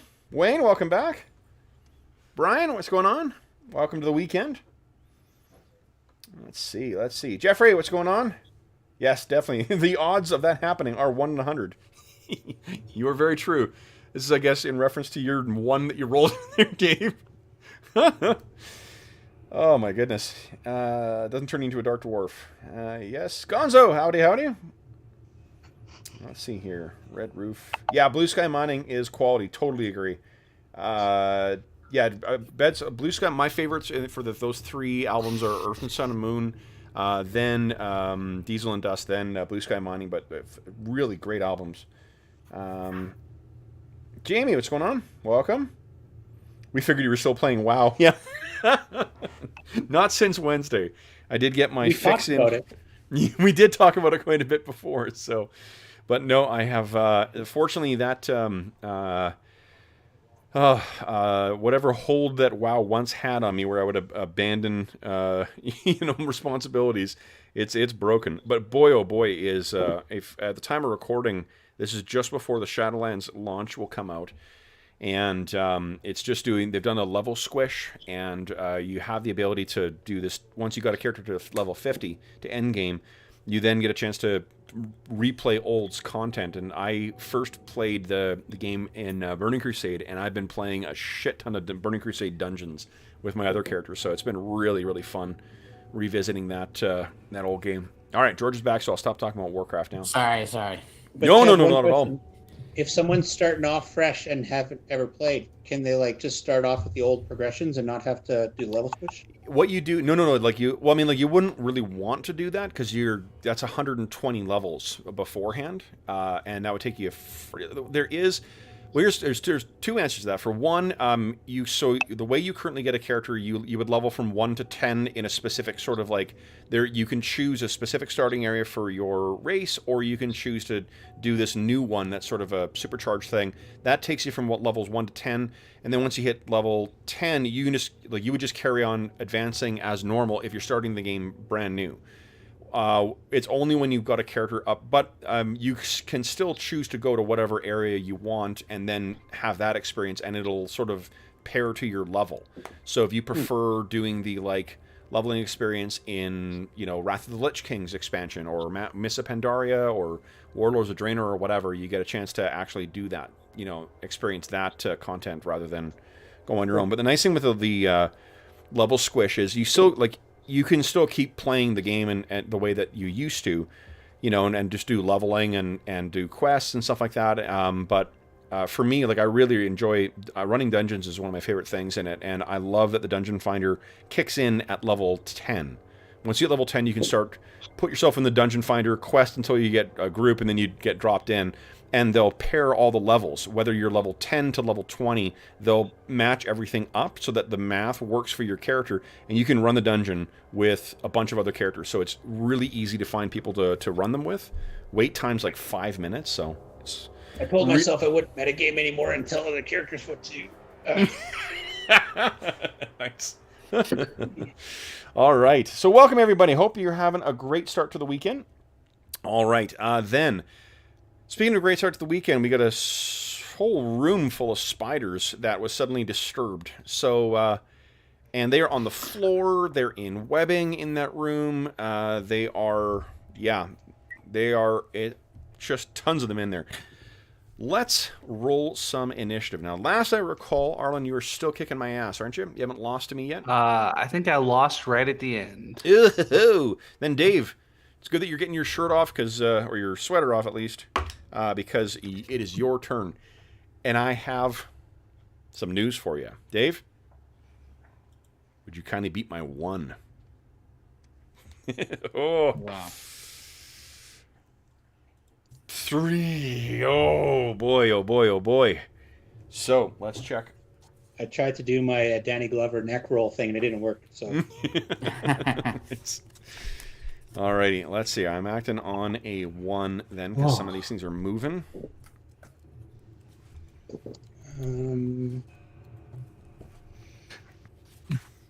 I should have asked before, anyone actually have arachnophobia? Because, alright. So, these things... Oh my goodness, they move quick too. Holy shit.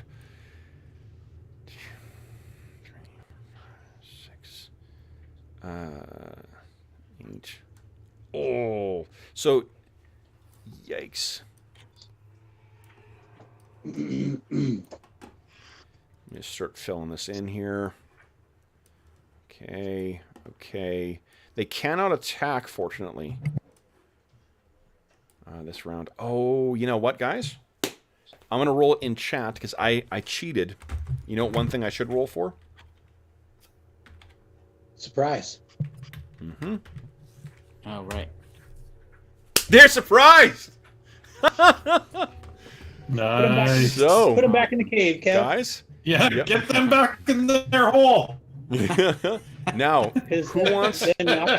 who would like to take the blame? Exterminating. Who would like to take the blame or credit for rolling surprise for you guys? Totally, I think this is on Knox. Okay. Yeah, I agree. I will roll it. Here we go.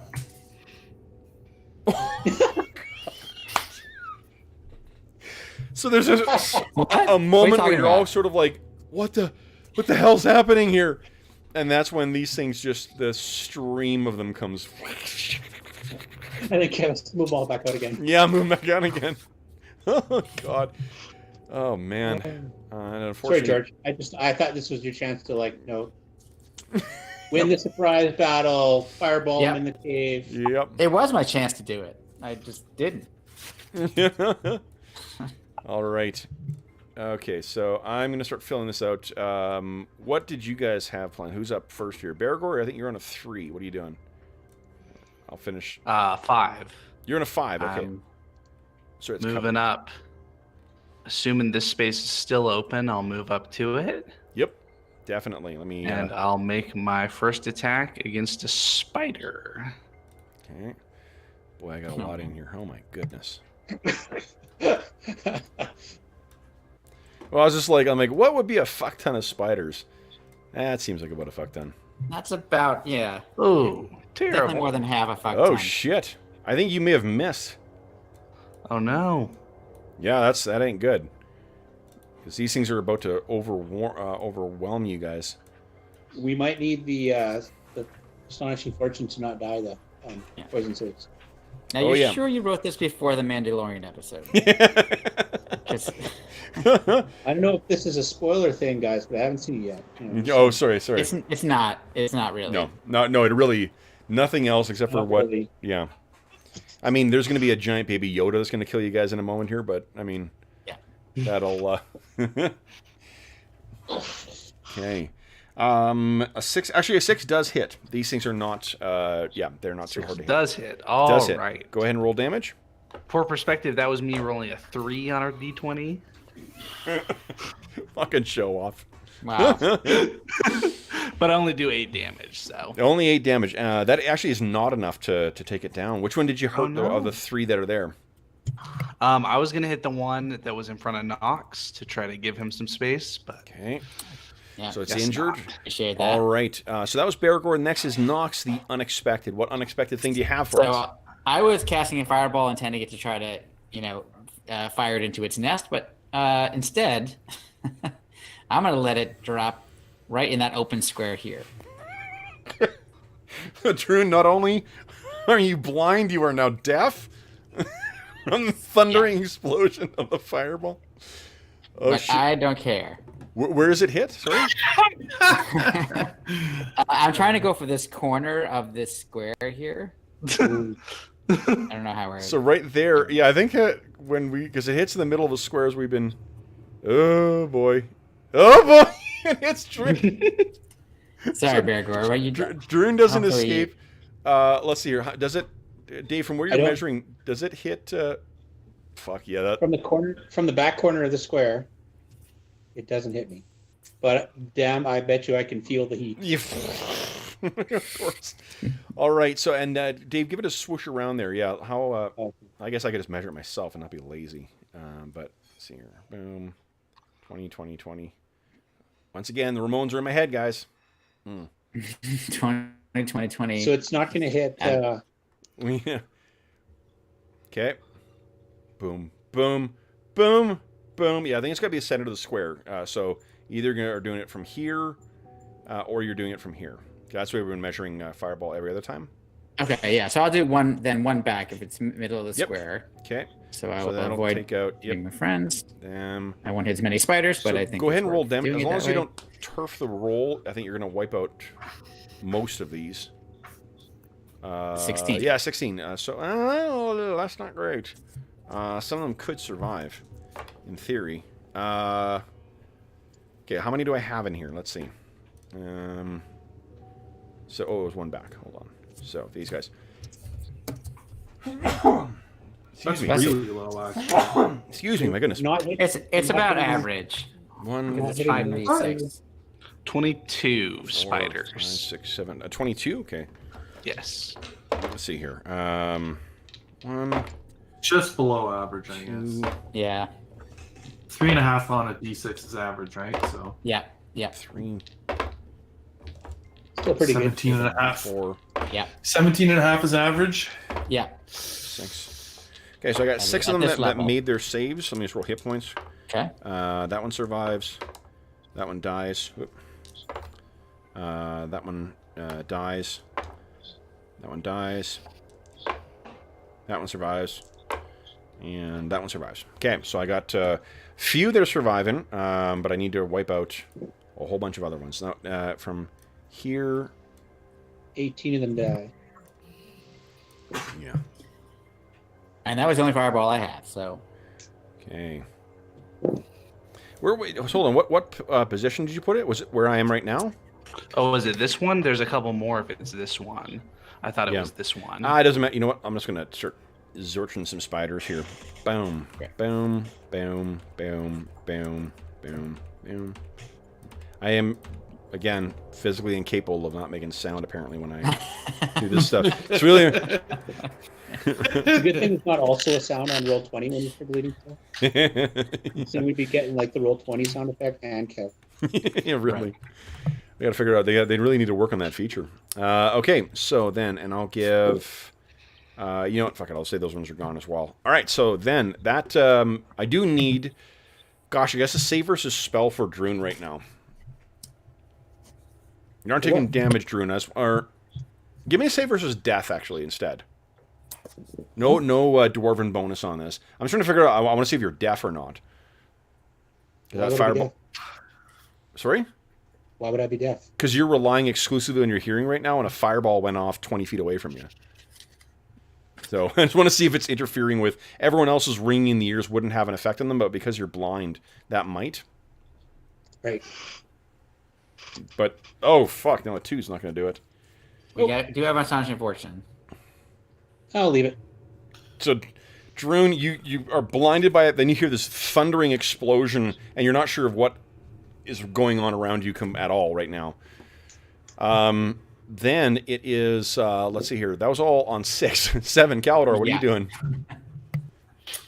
Yeah, I'm gonna move out and see what's going on, and draw my sword. Okay. Then it is Druin Axebrother. What are you doing? Calidor can attack too, as he's a fighter with a +1 or Yep. whatever. Whatever the rule, he can draw a sword. Oh, really? Yeah. Oh, nice. Yeah. Well then, stupid spiders. There you go. Take that. Oh, Wow. Good lord. You know what it is? Druin bumps into you. Clearly. Yeah. Well, as he's sort of like trying to stagger around. Wait, don't be blaming Calidor's shitty roll on me. Totally. You can try and blame it on Druin, but we all know what really happened. Druin Axebrother, what are you doing? So you can't see or hear right now. I have blind fighting, so my penalty is only -2 now to hit. I think you need hearing in order to make use of that. So, what I'll do is I'll give you. There's a chance you might hit, but you didn't. Like those things moved up after you were blinded as well, so you may have heard them right in front of you. What I'll do is I'm going to give you a -8 to your attack roll. So you're still able to attack, and just don't roll a 1. Is there a chance to hit and hit it friendly? On a 1, I'll make you re-roll the attack roll against one of your allies. So, low chance. That is a solid hit, though. Did you roll 20? 19. Holy shit. Wow. Yeah, go ahead and roll damage. Or Fadak. Yep, boom. One of them's dead. Oh, wait, no, I'm not done yet. No. You crit. All right. Do I dare? Let's tempt the fates, folks. Come on, Druin. He's just throwing shit off in there. Uh-oh. No, it was a 7, so it's just... Oh, actually, that does hit still. So go ahead and roll damage. Nice. Come on. Nice. Awesome. Jesus. All right, another one down. Then it is... let's see here. Max the Weirbear. What's Max doing? I don't know. Can Max get through on a diagonal past Druin? Not really. I've got the dynamic lighting set up, but you got to look at the map. You can technically move through friendly squares, but he doesn't have enough space to stop, really. Mm-hmm. At least, so he can't, Could he maybe... So, how would Druin feel if a great big bear paw landed on him and started pulling him backwards? Because it might be good to get Druin out of the front line and let Calidor take his place. Yeah. You know, he could end up there and not That's what I was take any... wondering. Can you move diagonally through? Yep. Yeah, well, definitely. But then, Yeah, you can move through friendly squares, and you could squeeze through there. I think I might allow attacks of opportunity on him though. That's right. If he just because he doesn't have his full size space, so let's make those. His Do AC they have is the same? What's the rule for damage reduction? They have to have the same hit dice or something. so he does benefit from the damage reduction, but that doesn't help with the poison on this, Yeah. unfortunately. So, but let's see. These are smaller. One of them does hit, so I need a save versus poison from him, please.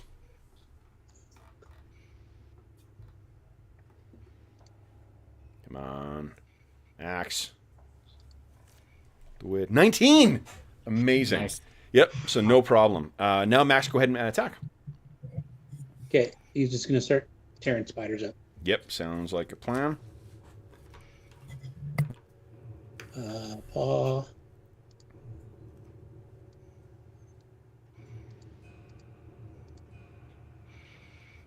Oof. That's not a good one. But next paw. These are medium-sized creatures as well, too. Second paw misses as well. Oof. And his bite hits. Go ahead and roll damage. Nice. You roll. Okay. Nice. Holy smokes! Yep. It pops in his giant jaws. And he tosses the body aside. Okay, so this is the end of round 1, which means Bergour gets his second attack. All right, same target as before. Okay. Do. Yep, Yeah. solid hit. Luton. Only 8 again. Yep, that's good enough to take it down this time, though. 16 points of damage. All right, Nice. then it is, I think, the end of our first round here. So then it is round 2. So I won initiative, which means, Dave, you are rolling initiative now. So everyone decide what you're doing with your round. And then- I lost last time, 1-3. Oh, you lost, right? That's right. Jeffrey, you were up. Dave, your Druin's eyesight is beginning to slowly come back. Can't quite Okay. see anything, but you're seeing spots instead of just a solid bright light right now. And is the hearing still gone, or the? Hearing is still gone for now. Yeah, Jeffrey, beat my 8. Ooh. Ooh.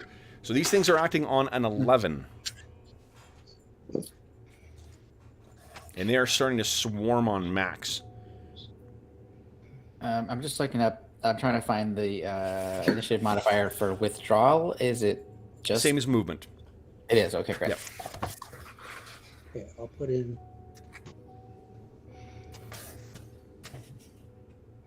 Okay. Would Druin have been able to notice the giant bear going past him? Definitely, yeah.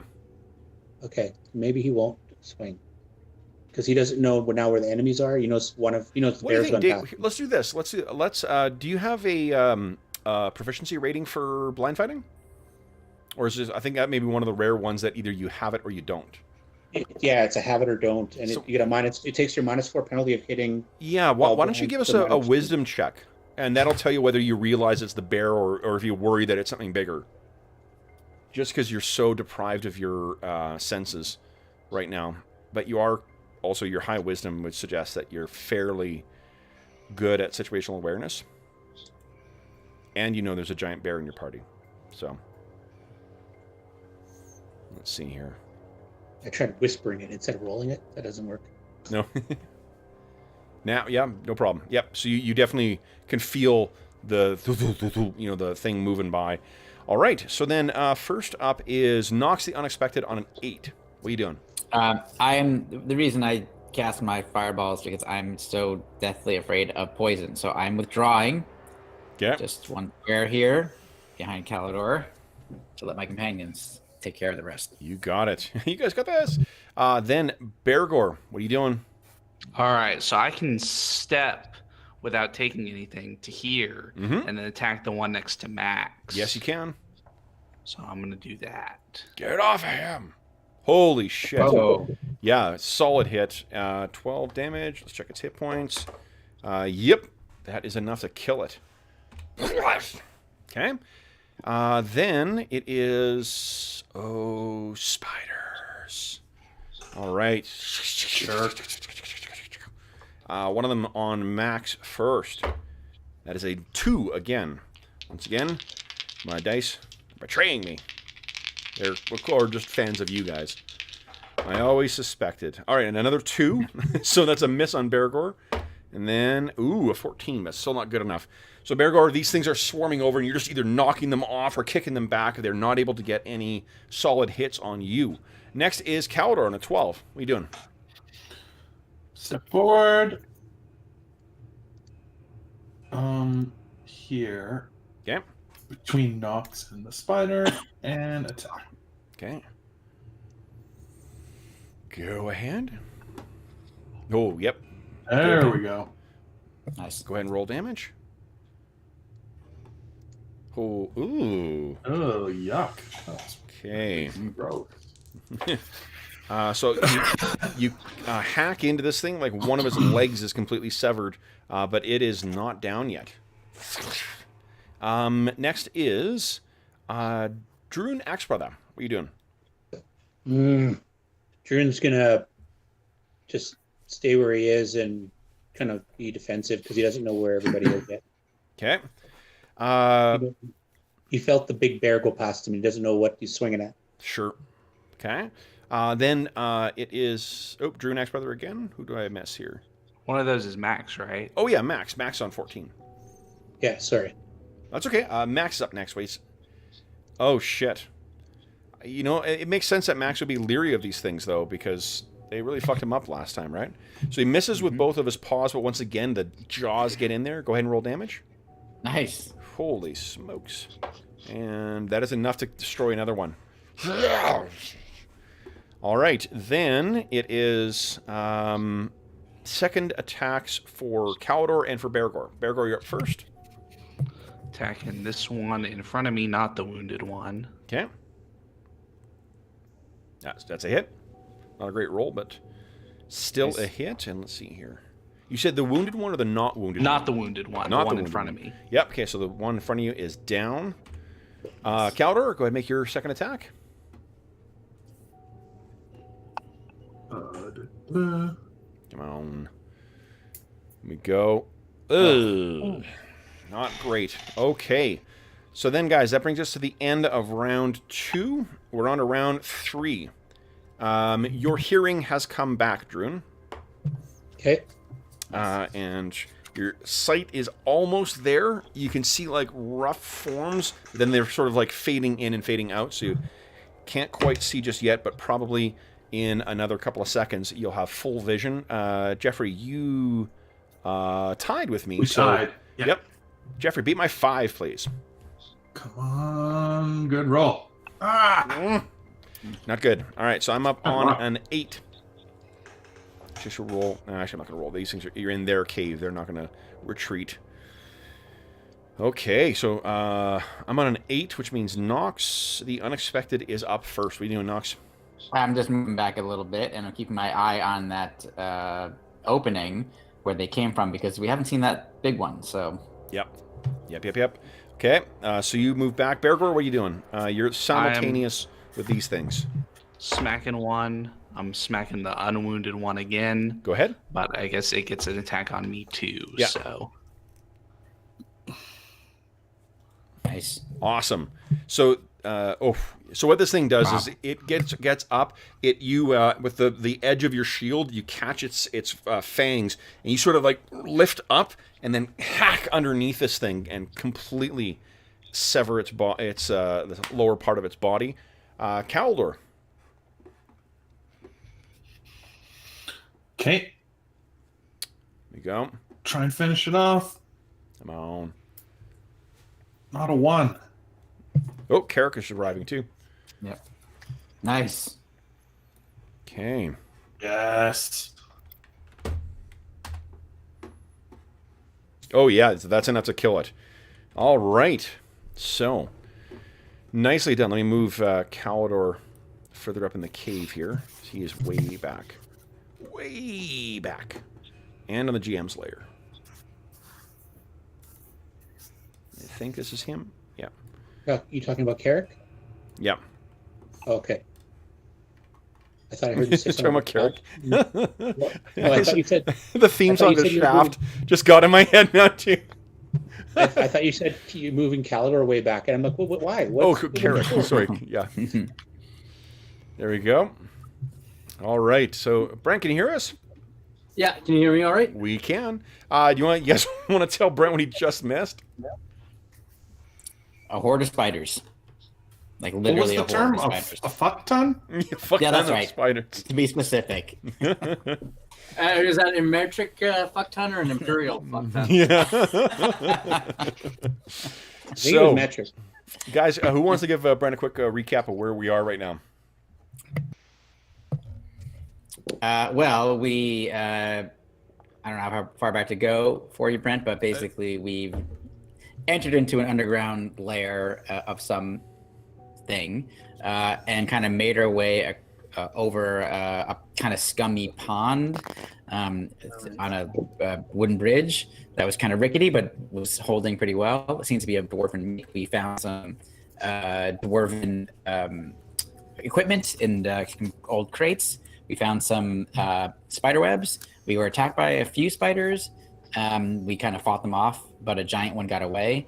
We found a bunch of orcs that had been cocooned. By that, it also had the fish oil smell, which we know is a reference to the kind of overall situation we're dealing with. And then we made our way into this area where we are now, and the place was filled with webs. And literally a giant horde, like almost filling this entire room of spiders, came out, scuttling out of a space in the back, which I'm not sure if you can see or not, but way back here, which is obviously it's the nest of the spiders. But we just finished killing them all, and we have not seen the large spider. So there may be, if that still is obviously alive, and there may be more. Okay. And this is, I'm guessing, where the orcs were. No, they've traveled fairly far south. What the plan that they're following right now is to find the entrance from which the gibberling swarm came out. Okay. Is this? Now, hold on, Brent. I think you've played since the gibberling swarm hit the group, right? Yes, I was in the first time we went to the keep. Okay, right, yeah. So you've already got. I think everyone has lost their gear then. That whatever was lost on that day. What they also found here was a bunch of basically like caving equipment. So if you want to take, you can take any regular ropes, not silken ropes, but any ropes, pythons, crampons. There are like mining helmets that you can take that have these alchemical lights that will burn in them, and you have you have 99 doses of the of that stuff left. And they're totally safe. Okay. Don't worry. Nothing bad could possibly happen. This whole room was full of webs, and when it burned up in one like flash paper, it blinded Knox and Druin. I mean, literally, I used a cantrip, Brent, to light it up, and it just. Yeah. Nice. Okay. So I guess those bloody beds there. That's where the orcs were. Yep, they were cocoons that were hanging from the ceilings, and they confirmed that they're orcs, same tribe that is occupying Broken Spire Keep. Awesome. So they've been feeding something. Okay. So that Great. room seems to go in, like the chamber behind where that webs, where all those spiders came from, that seems to be extend in further. What would you guys like to do now? It's the room has fallen into silence. Kev, you know what? I'm going to say I've somewhere on the way here, I've cast, what's it called? The strength spell. Yeah, we can take 10 minutes now. I mean, Okay. last time it drew a random encounter. And unfortunately, because the sort of the rule we have is that you can't like go back and precast stuff. When you log in, that's when your character is going to start playing. All right. So I mean, is you it can okay take with 10 you guys minutes. if I cast, or do you want to move on, or? No, you guys can take 10 minutes. Yeah, I mean, we need to investigate this chamber anyway. All we did was fight. We don't even know what's here, really. It was covered in webs, and suddenly we got swarmed by spiders. So is there anything in this chamber at all, Kev? In the chamber you are in right now, there's just a bunch of burned and now detonated furniture. So this would have been, there was like old cupboards, there was desks, there was like tables and such, and that stuff's all gone now. Okay.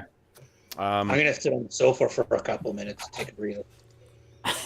like smoking, sofa. Yeah. Sit down. Druin pulls out a pipe. Your hearing and your vision is back now, Druin. Now, those of you with dark vision, I think you can see a little more closely into there. Oh, and Knox, you're illuminating it now. Yeah, I just nicely moved up a done, bit to Carrick. get Holy it better. shit. Plus 8 to I'm your very strength. concerned. Carrick's getting a big boost to his strength.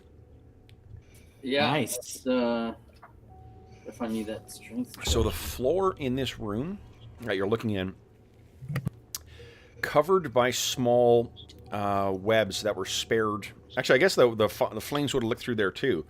So it's slowly been revealed what's down there.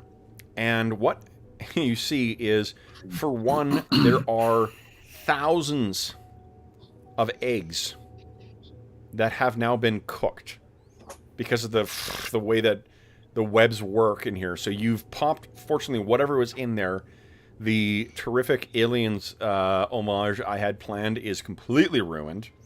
So my okay face hugger spider, I don't know why I spent 6 hours writing them up, but I'm sure I'll find a place to use them. So, Yeah, exactly. but what you also see in there is that the ground is littered with skeletons. Some still intact, some fallen to bits, so it's just piles of bone that kind of cover that floor. Yeah, and you get in there, Bergour, and it's just like the whole floor is covered with these things. And the remains, you can see, if you look up, you can see there's still like tattered remains of the similar cocoons to what you saw with the orcs. But looking in here too, it looks like some of these things were taken fully clothed as well too, in armor, in things, and it's not all orcs. You may need to take some time to root through here if you want to try and see if there's anything in here. Yeah, Anybody while have, Garrick's like, doing a- his spell, we could, Knox and I Yeah. can mess around. Okay. So Anybody got a chance to like detect magic? Just pick out the good stuff.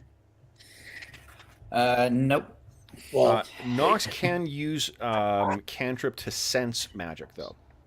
Right. It So won't I tell you will anything about that. attempt to do that. I will make a roll. Okay. Here, let's go down. There we go. There we go. Nope. Not So- picking up anything. I think nothing magical in here. His hand's trembling. He's trying to get this cantrip to go off. Yeah, like you would know that the cantrip didn't go off at this point. Now the Okay. thing is, you can you have a certain number of uses. You can always try again. It just it cuts Yeah. into your uses per day, right? I think I have 4. I think I have. Wait, I'm gonna look it up, but I think actually I'll look it up. Yeah, You But just I- used I- one to set off the alchemical fire. yeah. I Yeah, think this was the One second. now. yeah. If you for want to try roll, minutes, so you could spend Astonishing Fortune, try and re-roll, or you can just use another charge of your cantrip. If- I'll use another charge, and Yeah. then I'll look up what the rules are. Sure. If One Knox is so, success. yeah. And I love that Druin has moved up next to you. So you try to cast it, but your hands are just trembling so badly from the threat of poison that you gesture and it's this awkward, stiff kind of motion. And then Druin kind of walks up and puts his hand on your shoulder. You look down at him, and he sort of nods, and you collect yourself. And what is the manifestation we see when you are sensing magic? that's not why Druin was going over there, but that's okay. I think he does it. He does it more by noticing the way that things around the magic are changed. So, cause like his omen reading and all that, he starts to see like, oh, that rock is turned that way, and this twig is this way, and that piece of fungus, and it's telling him that around somewhere within the center of that, there's some kind of magical aura. Okay. So, as you start making your way through here, maintaining your focus, here are the things. There's a couple of other like non-magical things, like corroded longsword, some daggers. There's a couple sets of chainmail armor in here too, all quite badly corroded. Here is the stuff that you sense as magic. There are 4 stored in a leather holding or holster. There are 5 little like glass vials with some kind of liquid in it. There is an oil of some kind. Actually, 2 different oils of some kind. There is a packet that has some, or 2 different ones that have 2 different kinds of magical herbs in them. There is a set of quilted armor that appears to be enchanted as well. There are, let's see here, 2... Oh, there's 1 sword that appears to be magical as well, too. And it has the sigil of St. Cuthbert on it. There is a spear that has on the shaft, it appears to be freshly oiled, in spite of obviously sitting in here for quite some time. There is a staff that has some kind of markings on it that looks to be St. Cuthbert as well. Same accoutrements, steel or iron shod on each end, or steel shod. It also is magical. And let me make sure I'm saving the best for last here. Got that, got that, got that, got that. Dwarven plate of speed. Got the... Okay, the cursed thing is there. Good. The final thing you find is tucked into a decayed and cracked leather carrying case. And you sort of have to... it breaks and cracks as you push back the lid. And there is a tome in there, about that thick. It is with some kind of blackened, like almost like scorched leather on it, with a bone kind of settings to make up the clasps that sort of hold the book together. And as you pull this thing out from this battered old thing, you can see that there is a sigil that is sort of crafted out of some kind of maybe bone, maybe stone of some kind. But the sigil is unmistakable. Let me see if I can find a good representation of it here.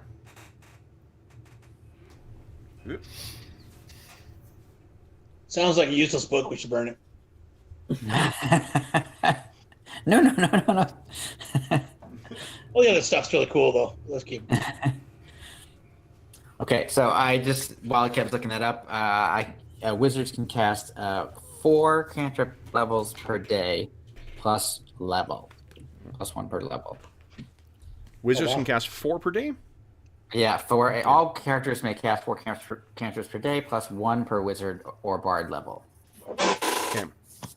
So I would get 9. Each additional cantrip cast beyond this limit inflicts a cumulative -1 penalty on the proficiency check.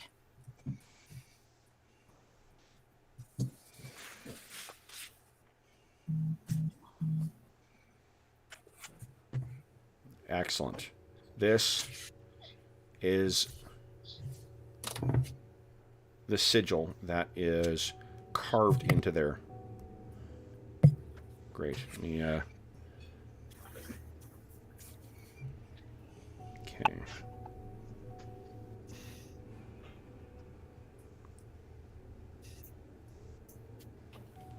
You know, guys.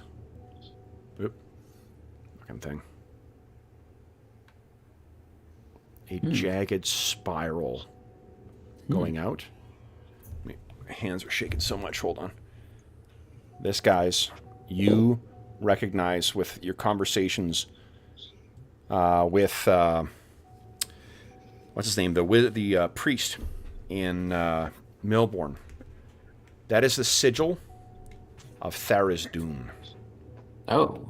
Oh. Wow. Okay. Not good. Not good. Doesn't mean I'm not going to look at it, but I'll be very, very careful. My master! I mean... nothing. So, Brent, you may not be familiar with this name. Tharizdun is the Elder Elemental Eye. An ancient and much feared to call it a god may be a less... it may not capture the full scope of this thing, because it is a being or entity older than gods, said to have been chained by them at the dawn of existence. Tharizdun is the elder elemental eye who's bound by chains in some extra-dimensional space, but always eager to whisper to mortal beings and gods. And if loosened, said to be the source of final destruction, the slide of the world back into the primordial chaos from which all existence sprang. So, And we've got a book. Unbook. It's possible this has divine magic within it. I do not know. We'd have to research it further, but not sure it's safe to do that here. So, we have a magic sword, we have a magic spear, we have a magic staff, magic book, 2 oils, 5 elixirs, 1 set of magical quilted armor, and some magic herbs. Now, the magic herbs you can identify just with a little bit of sampling if you choose. And as long as they're not poison, you should be fine. The oils, you do not want to sip. Same with the potions? The oils you cannot identify that way. With the potions, we could take a little... Oh, potions, yes, you can as well, too. I'll take a dab at some of the potions. Okay. So you take a sip of the potions, and though aged, their magic remains true. Those are 5 healing potions. Nice. That's nice. Nice. Yep. 1 each. 1 each. Yep. Yeah, let's put them on. that's right. Yeah, put them on your sheets in case there's another Gibbering horrors or whatever. Yep. Okay. Great. Okay. And there were... Oh, yeah. And there are a packet of... And each of the packets of herbs has 6 doses, enough for 6 doses in it if you want to sample them. Does anybody else want to sample them? If not, I'll try some. I'm very cautious of poison. Yeah.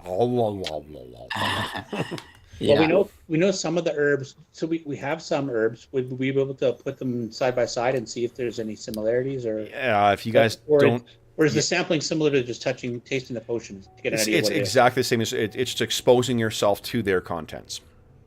Okay. Because we've had some herbs already, and I still have a few. Like I'm willing to try them because I feel like, despite the fact that I'm trying to do my best to kill our adversaries, I know I'm injuring my allies. So if I can find something that can help them, I want to try to do that. So I'm not saying any of that, but that's my reason for why I'm going to take this chance. So one of them is, and you guys can tell me what you want to call these, because I got a name, but it's not evocative, and you guys wouldn't. No one's got herbalism, so they wouldn't clarify it this way. What it will grant is for 1 turn, it'll give you +3 to your save versus spells, and minus 25% to spell damage you take. So for 10 minutes, you get +3 to your save versus spells, and on top of that, you take a quarter less damage. What's the save? Plus what versus spells? +3 versus spells. Nice. You're facing and how many doses are there? 6 doses. That's pretty awesome. That is very useful. 6 doses. Yeah. Mm-hmm. Herbs of spell resistance? I don't know. That's not very evocative. It does say what it is, though, which is kind of it's helpful sometimes. very clear, though, and we have problems with that, so... For having suffered through a bunch of OSR games that try to, reinvent the wheel by giving evocative names to spells we all know, it's like, just call it fucking Magic Missile. Don't make it... Because we just forget what it is, and we're going to refer to it as Magic Missile anyway, so... Like that ball of abysmal flame from... what was that? Oh, Brent, I don't know if you know, but one of the books that I've been using for the last couple of months. Is that the Diablo? Yeah, Diablo 2 AD&D. Yeah, you were telling me about that. Yeah, that Yeah. with all the well, the Diablo does have a lot of loot, so Exactly. Yeah. Okay, and then the second one that you expose yourself to, Knox, kills you. So, I mean, Fine. it's Perfect. been... No, I don't Yeah. need to make a save. I'm fine with that. I mean, technically what it does is it makes your skin go inside out. So you are living, if you can Yeah. call it that. But Right. what it really Seems does, fair. these guys, similarly, they have a one-turn effect. And during that time, when you consume one of the 6 doses that are available, it gives you +2 to your dexterity. nice. So there's 6 doses of that as well. That's cool. Now, who is carrying what then? The things, I mean, the smaller things I'm not super concerned with, and I know that Knox has grabbed the book. But the quilted armor, the staff, the spear, and the sword, who wants to carry those things? What type of sword is A it? long sword. Longsword. All right. Who fights with a longsword? Calidor and Bergour. I use you? a bastard sword, not a longsword. Oh, bastard sword. Sorry. Okay. Yeah, and I use a bastard sword as well. Oh, so just Calidor, I guess. But Calidor's already got a pretty badass sword, I think. Yeah. I'm happy to carry Yeah. the long sword just to have it on me. Okay. Since that's actually small enough that I can add it, unlike the rope, which is too much. The I'll carry the quilted armor. okay. I can throw in the unless someone wants to wear it. You have any quilts? Like Can it we is fashion it for a large bear? the quilted armor is also affixed with symbols of St. Cuthbert as well too. Has similar designs on it. That's cool. This staff, does it look like a fighting staff, or does it look like an ornate staff? It definitely could be used in combat. It's shod at both ends, but it's also affixed. And I mean, it fits with Cuthbert is known as the cudgel, so Right. it definitely would be a warrior's staff. But yeah, Yeah, I don't think I can really carry 2 staffs. I need to have one hand free to get components and etc. So I don't think I can I mean, take you that. could attach it to your backpack if you want to carry it. You just won't be able to get it out very quickly.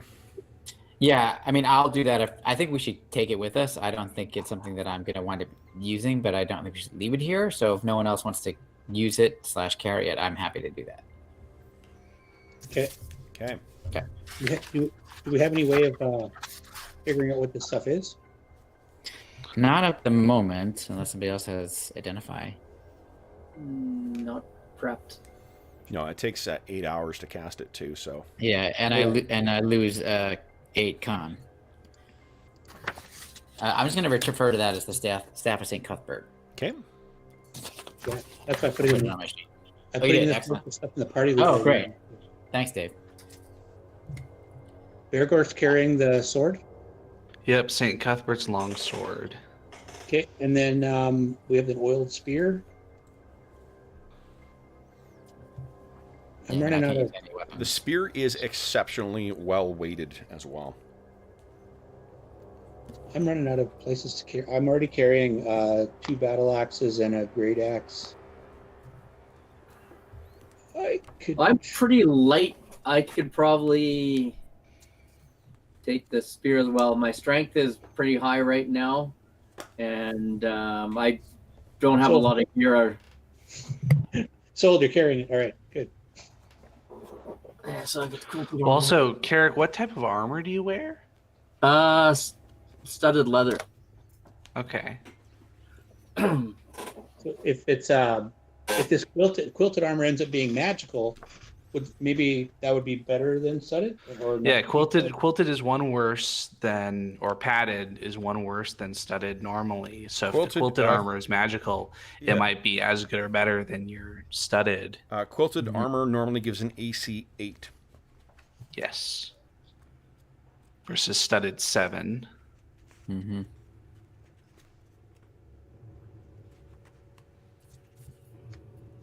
Okay. And we also have a spear. Yeah, Carrick's going to carry the spear, this quilted armor. Bergour's got the sword. Knox has the staff and the book. How are we splitting up the herbs and the herbs? Right. Spell resistant? One dose each. Well, I would be happy to sacrifice one of the dex herbs that we don't have a name for to give to Calidor, so that it could help him, when he's got to do thieving type things. So if he wants 2 doses, Sure. Okay. the spell resistance one, that's awesome. I will definitely take one of those. Oh, well, I can just take one, I guess. Well, you can. I mean, you can have my dose of the other kind, which is the dex bonus one. Oh, okay. So you can see as well too. If you guys are looking down, this chamber continues down quite a bit to the north. Mm-hmm. And there Is everybody is taking... Sorry, Bergour and Druin. Would you give me a D6 roll, please? is everybody taking an herb of spell resistance? Am I crossing them off? I definitely am. Yeah, sure. Our experience with having stuff sit in the party loot is it's vulnerable. Yeah. Yep. And it's not All right. also not accessible in a pinch, right? Because we'd have to figure out who's carrying it. Yep. It's also, I mean, like if it's on your character sheet, you guys are more likely to actually make use of the consumable stuff. So That's true too. And we definitely get in situations where this would come in handy, like especially the fighters are getting commanded, or who knows what. Bergour, and then Drew, would you mind giving me a D6 roll? No, I'll take one of the herbs of dexterity as well. It'll be Okay. useful for my survivability. So, Drew, as you're sort of working through here, there's definitely some movement of air up ahead here, like as if there's a fairly large opening. Oh, in the room? Further north. You see where that corridor goes down? Yeah. Somewhere down there, there's a very, very big opening. Okay. I'll mention that to everybody. I could sense some air coming from the northern passage. So after we hand out these things, we should carry on. Okay. I sense the I'll get my DM walking. sword and my shield out. Herb of Dex. Be ready to move that way. Is everybody taking an Herb of Dex? Calidor taking 2? Yeah, That we I think decided? that was right. Yeah. Okay. Okay. What are you guys doing next? Putting this on my Carefully sheet. moving north. Yeah. So that's the next place we have not gone. Okay. What about the 2 oils? Do we have any way of determining the oils? Give me a second. Let me take a look at my... I know we want to keep moving, but that's the last thing that we didn't look at or do anything with. Yeah, let me And- just see about... take a look at my Encyclopedia Magica and see... I know potions is just a matter of sipping, but... I don't know if I've actually looked up how you identify oils.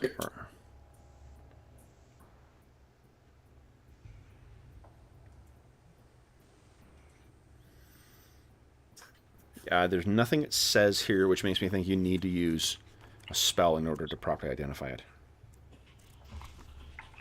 Because potions, it gives a specific way of reading it, and I lost a bunch of people's... Yeah, I lost you. Oh, hold on here.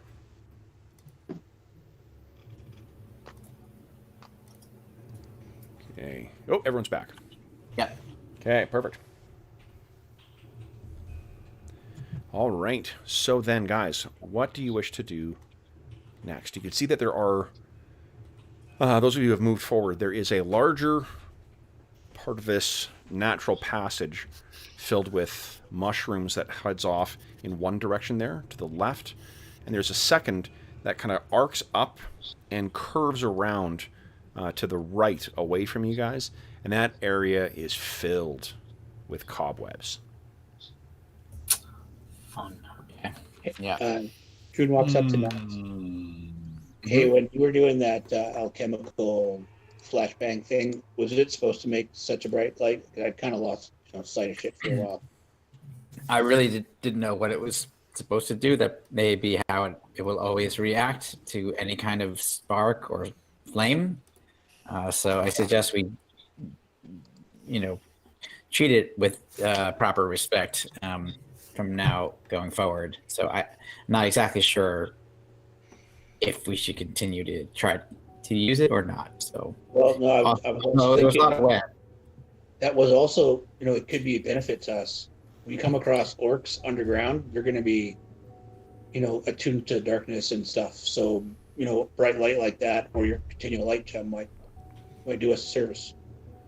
That is true. I think we had the advantage of the webs themselves lighting up. Yeah. Right. But I think both of those, I will have the continual light. I mean, I need it at the moment anyway. So, but we have more doses of that alchemical substance. So if we need it, we can try it. Druin gives you a thumb up and looks right in your eyes with his helmet. It's like, oh, sorry.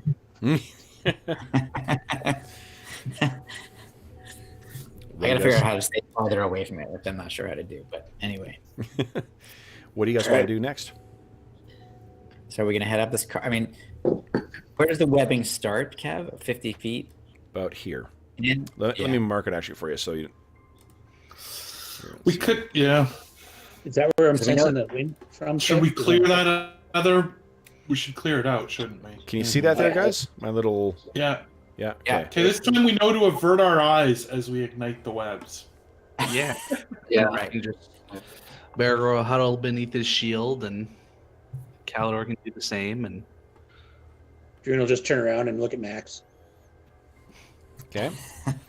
What are you guys planning on doing? So Let's go I guess up we're gonna. You want me to try this again? Yeah, I'll come up there. I'll be your bodyguard. Calidor will be Alright. waiting here, but he'll shield his eyes behind his shield. Okay. Okay. So I don't know, Kev.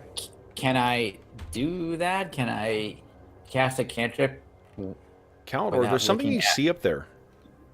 You're beginning to feel the shift in wind as well. Look down that passageway No. to the north. Do you see that there? That fissure in the ground? Oh yeah, faintly. Yeah, faintly. Okay. So, oh my god. That's where you're moving to? Yeah. Knox? Fantastic. Well, I don't know. I had been. It had been suggested to me to Okay. move to that. Go up a little closer! This is the trying to get a picture with a bear right before it grabs your shoulder and pulls you into the cage. So, Exactly. okay. Then, would you give me, Knox, a D10 roll, please? D10. Here we go. 2. No. There you go.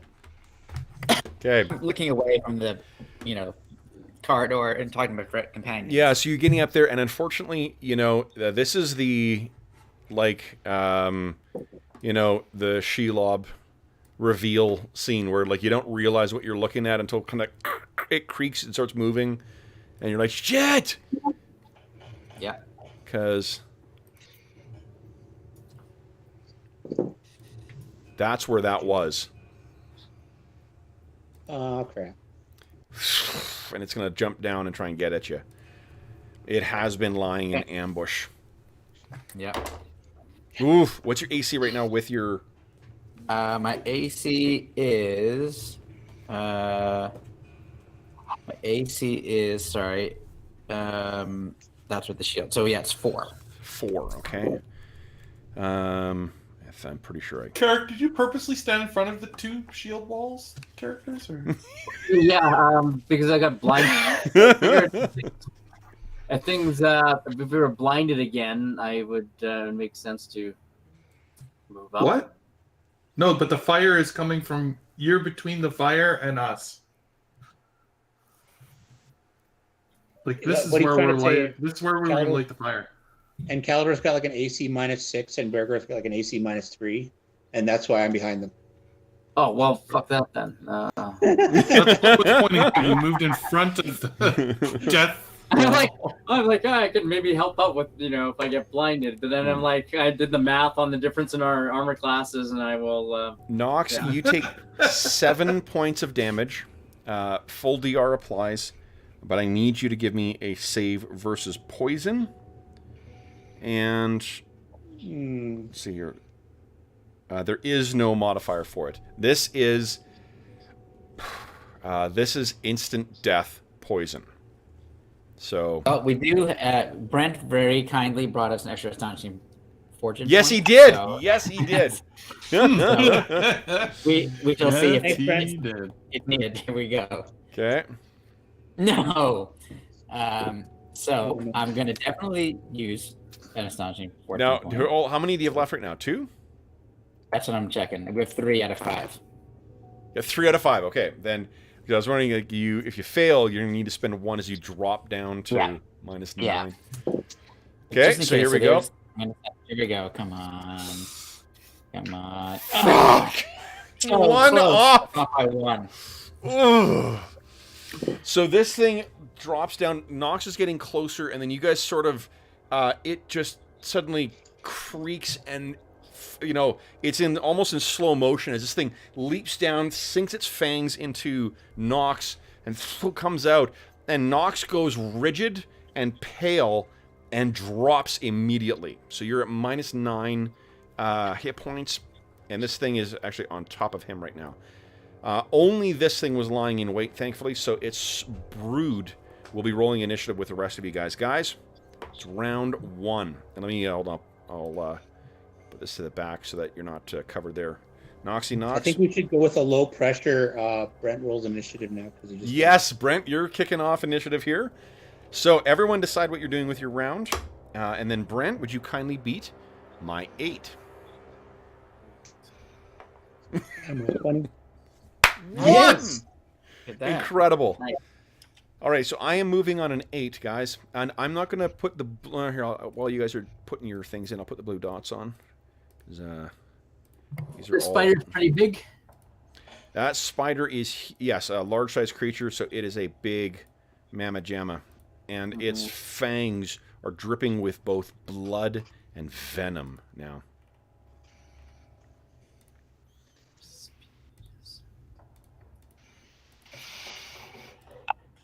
Blood and Venom, incidentally, was the name of my emo band from high school.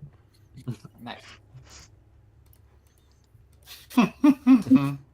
Very nice.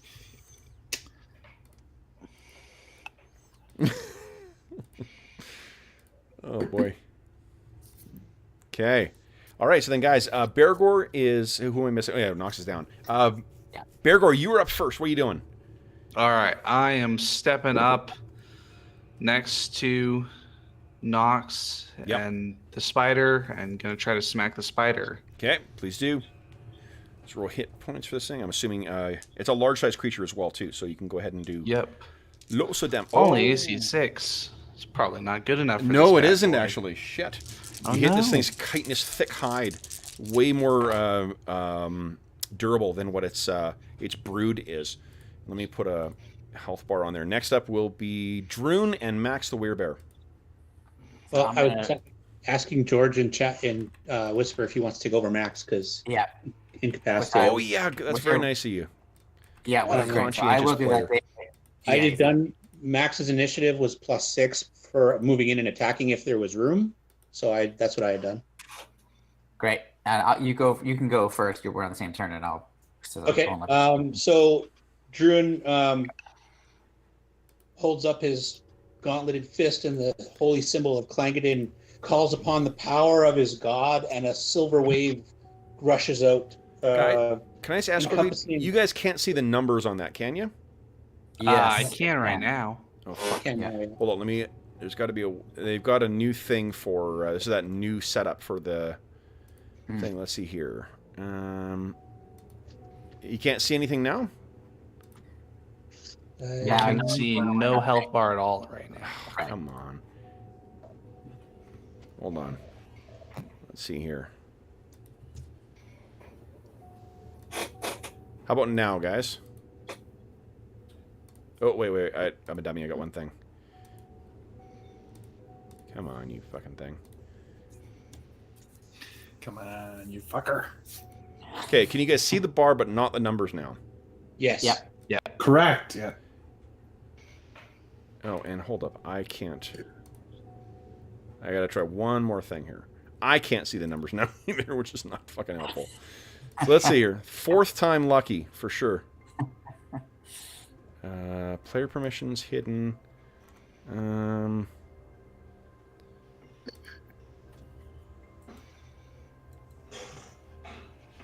Eesh. So they've changed the settings so that I can either make it so you guys can see. Oh, hold up. Wait. Can you guys see the bar but not the number? Yep. Found out the combo. There we go. 3rd time lucky. Okay, so sorry about that, guys. And I'll reroll his hit points so you don't know how much he's got. And I'll just add that to the previous total. So, just kidding. Now he's got 83. Yeah, exactly. Come on, you guys can take it. It's just as tough as Bergour. All right. All right, then. Sorry. Here we go. So, Bergour, your first hit hits across this thing's aged hide. This thing may have been lurking in here for centuries at this point. So, then it is Druin and MacLeod. What are you guys doing? So Druin calls upon the power of Clangadin, and a silver wave ripples through friend and foe, granting a +1 to attack, damage, and saves for all friendly, and a -1 to attack, damage, and saves for all. The wave is reflected in this thing's many, almost countless, tiny black eyes. Max, what is Max doing? Max wants to get in there, but I don't know if he actually can, because where he would need to stand, there's this, like, I'll show you where it would be. Yep, there's a that wall. protrusion. Yep. So I don't think he can actually get up into there. Okay. So he's just going to. Can I stand where the mushrooms are? Or Yep. It's difficult terrain to move through the mushrooms. Okay. So he'll just use, since it doesn't really matter. He's just trying to get a little bit closer. So if he can get up there, he will on next turn. Sounds good. Then Carrick, what are you doing? You're acting simultaneous to the brood. Well, I'll do the one thing I can do is take a swing at it. What spells do you have prepped? I have already cast armor and strength, and that leaves me with color spray left. Yeah. Which Okay. not good to use right now, unless Okay. people. But yeah, you got a pretty sweet strength right now, Oh. right? Because you're +8. Yeah, so I've got +1 to hit and +3 to damage from that, plus the other spell. So +2 to hit, +4 on top of Give him shit. Go ahead, make your attack roll. Alrighty. Yeah, and then I get to do it with the large size. so you can see the health bar here. Okay. You get a +1 on your attack from Druin. Okay. Caldor, we'll go with you next as well, too. Looks like I missed you. Yeah, sorry, I forgot to put my number in there. That is okay. Go ahead, make your attack roll, Brent. Let's see how it goes. Nice. Yeah. Nice. Carrick leaps in there. This is a large-sized creature, so use your large-sized damage. And it's currently, what, +3 to damage? On top of whatever you roll? On top of that. +3 from my strength spell and +1 from that other spell. Okay. Oh, Was it nice. plus? Okay, so go ahead. Whoa. Holy shit. Does that include your strength bonus yet or not? Yes. Okay, so you get plus... wowzers. Okay. Nice. So you leap in, graceful as a dancer, and you hack this thing in the side where it moved away from Bergour's attack. Then it is Caldor. What are you doing, Caldor? Well, there's not really a lot of room, so I'm just going to move up here Wait, I'll take the blue. behind don't think I can stand where that wall is, so... Okay. No, you can't. All right, then it is the skittering horde here. 1, 2, 3, 4, 6, 7, 8. All right. Actually, 9. Yeah. It's a good thing Cal is ready his attack, because now he's ready. Oh, he's ready. Man, I don't know what it is with Max's token if I've screwed something up on it, but I can never move him. He's always at the front. Yeah. That's funny. Yeah. So know that there is a spider. I'm going to move Max. Okay, yeah, that's fine. 'Cause I can't seem to move these. Yeah. So what? And these things are all on the ceiling. Yep. Okay. That's the blue dot indicates that they're on the ceiling, Brent, as opposed to. Okay. We need to get Max some spider repellent. Yep. Yeah, Yep. really. Okay. Does that exist? Anti-spider. Okay. So I can't attack. I think there are. Oops. Ouch. Back. So there's one under you guys. There's one on top of Calidor. One on top of Druin. One on top of Bergour. I believe that's all the spiders. So they're just, the ceiling is full of these things at this point, guys. Then, Bergour, you get your second attack. Yeah, second attack on the big one. For those listening at home, I'll just zoom in a scooch This here. one for Druin. Thanks, Druin. Still a miss. Jeez. All right. Then I believe that brings us to the end of the round. So, guys, we're on to round 2. This big thing. Oh, I guess it ambushed, so it didn't actually go yet. Do I have to spend before that new round starts? Right? No, At the end of this round? you have spent to stabilize, so you are stabilized until something changes. Okay. Yeah, you've spent to not die, so you're going to be stable at this. So actually, I forgot, I got to go with this thing. This thing goes on a, I rolled an 8, I think, so I'm on a 14, which means I'm last here. I'm going to roll randomly to see if it's Carrick, or actually, Carrick, you're the one who injured it. You're most likely the one that's going to get attacked. So, Carrick, what is your AC right now? 3, because I'm fighting two-handed. Okay, excellent. I rolled a 19. Carrick, you take 6 points of damage. Your full DR will apply if you've got any. And now I need a save versus poison. And this is a save versus death. This is very, very bad poison, so. All right.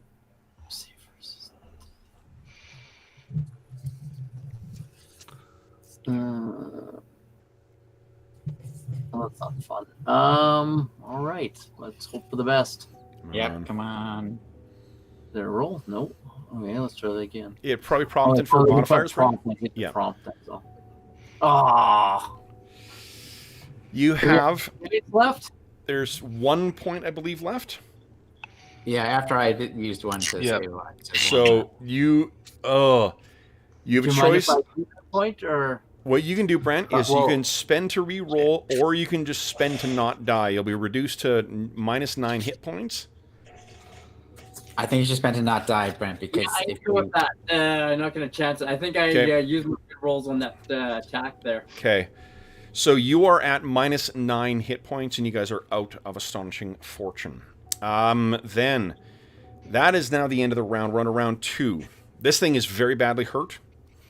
As you can't quite see. If it helps, let me move this. Well, you know what I can do? Hold up, guys.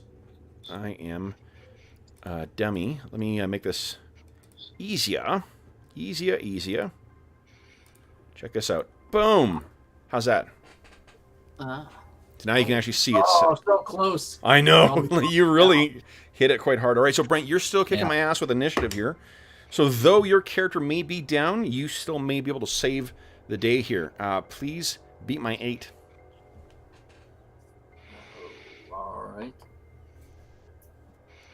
Oh, Nice. I am on a 14. That was the worst unintentional Borat impression I did. I was happy for you guys. Okay, so my first action will be on an 11, guys.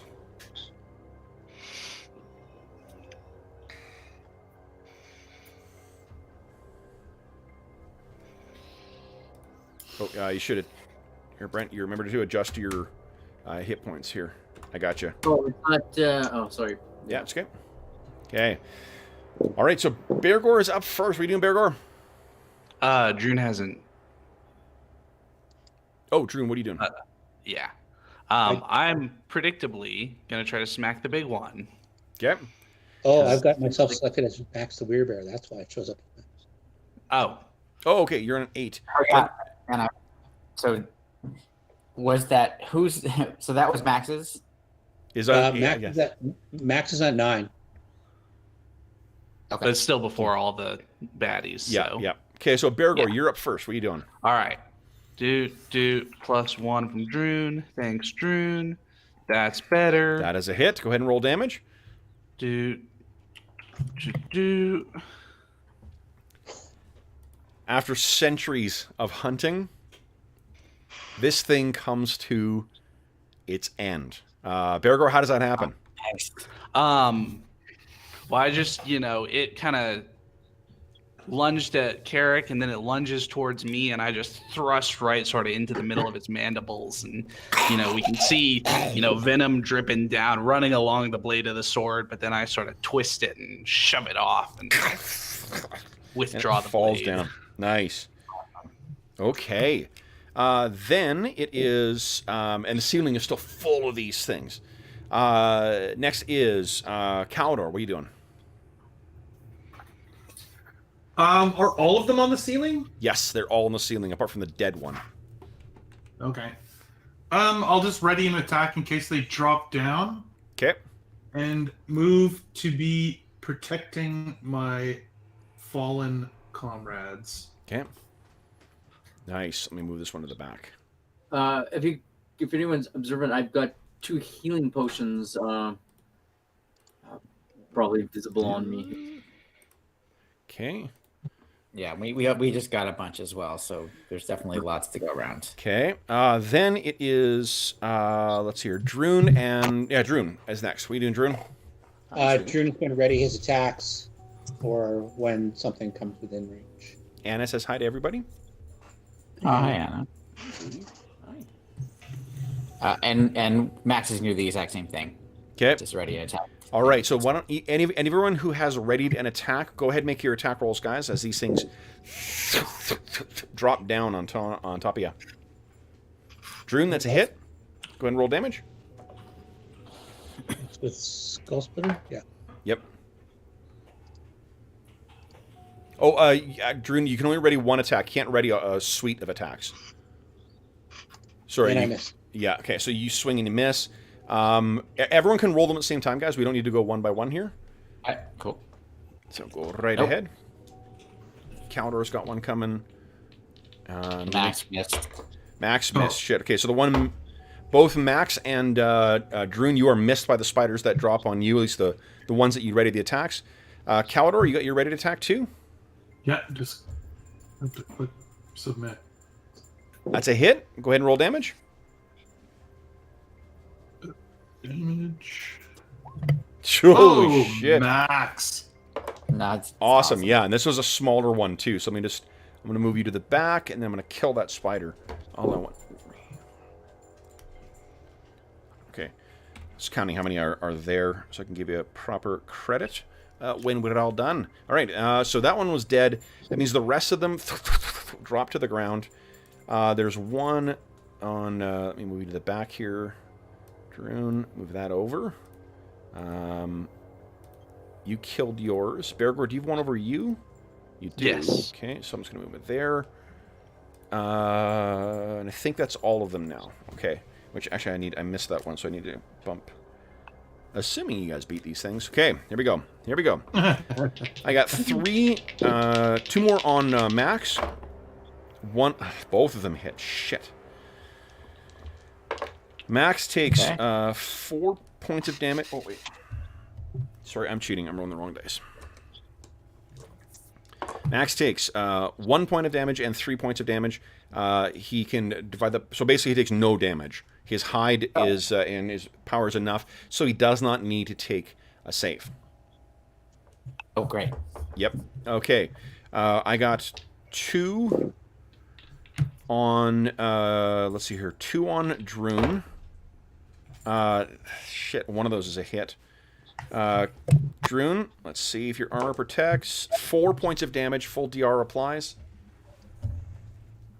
And what is your AC right now, Druin? AC 4. AC 4, and they take -1 to hit? Right? Because of your prayer?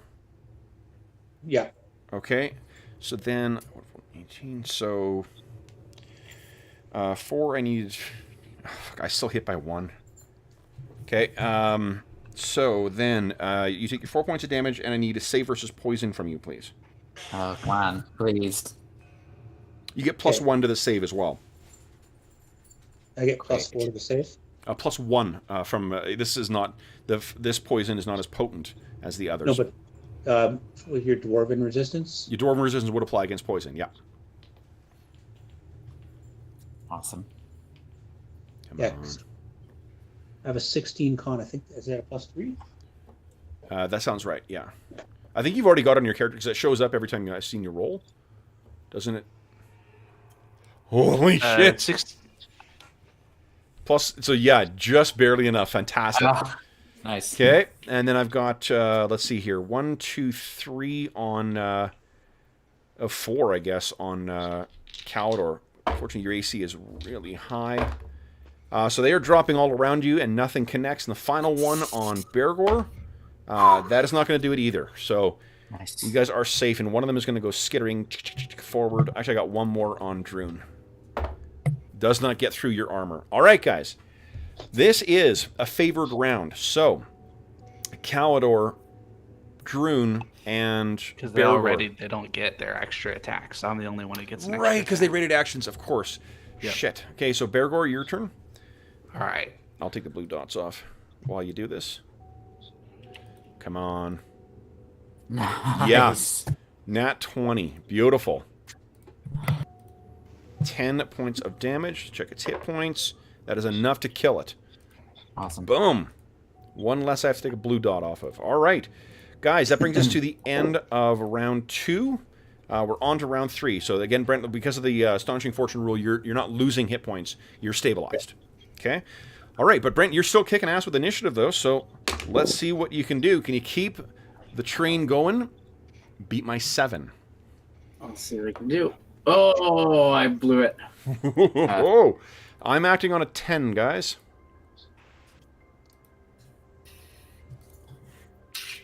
Okay. Oh. Bergour is acting simultaneous to the spiders. So, Bergour, why don't you go ahead and make your attack roll? I'm assuming you're attacking. I'm not going to try and live among the spiders. I'm the Jane Goodall of giant spiders. I'm not gonna try to live among the spiders, although that's a good idea. Maybe I'll come back as an ettercap if one of the big Yeah. ones kills Chitter, me. chitter, chitter. Okay, yeah, I don't even need to roll for hit points for that. Which one do you kill? I don't care. One of them. Okay. Now this gets simultaneous, so let me see here. I got 2 on you. Neither of those hits. I got 1, 2. Oh, another one hits Bergour or Druin. Druin, you take 5 points of damage. Full DR will apply. And I need another save from you, please. And +1 to your save as well. Remember, this is the weaker poison. That's Okay. non-testimony. 2. Fuck. It hits twice on Max. Hey. Okay, let's see here. And one of them does 5 points of damage, so Max takes a net of 1, and he needs a Okay. save versus poison, +1 to his save. Okay. Druin, let's see what There you we got go. here.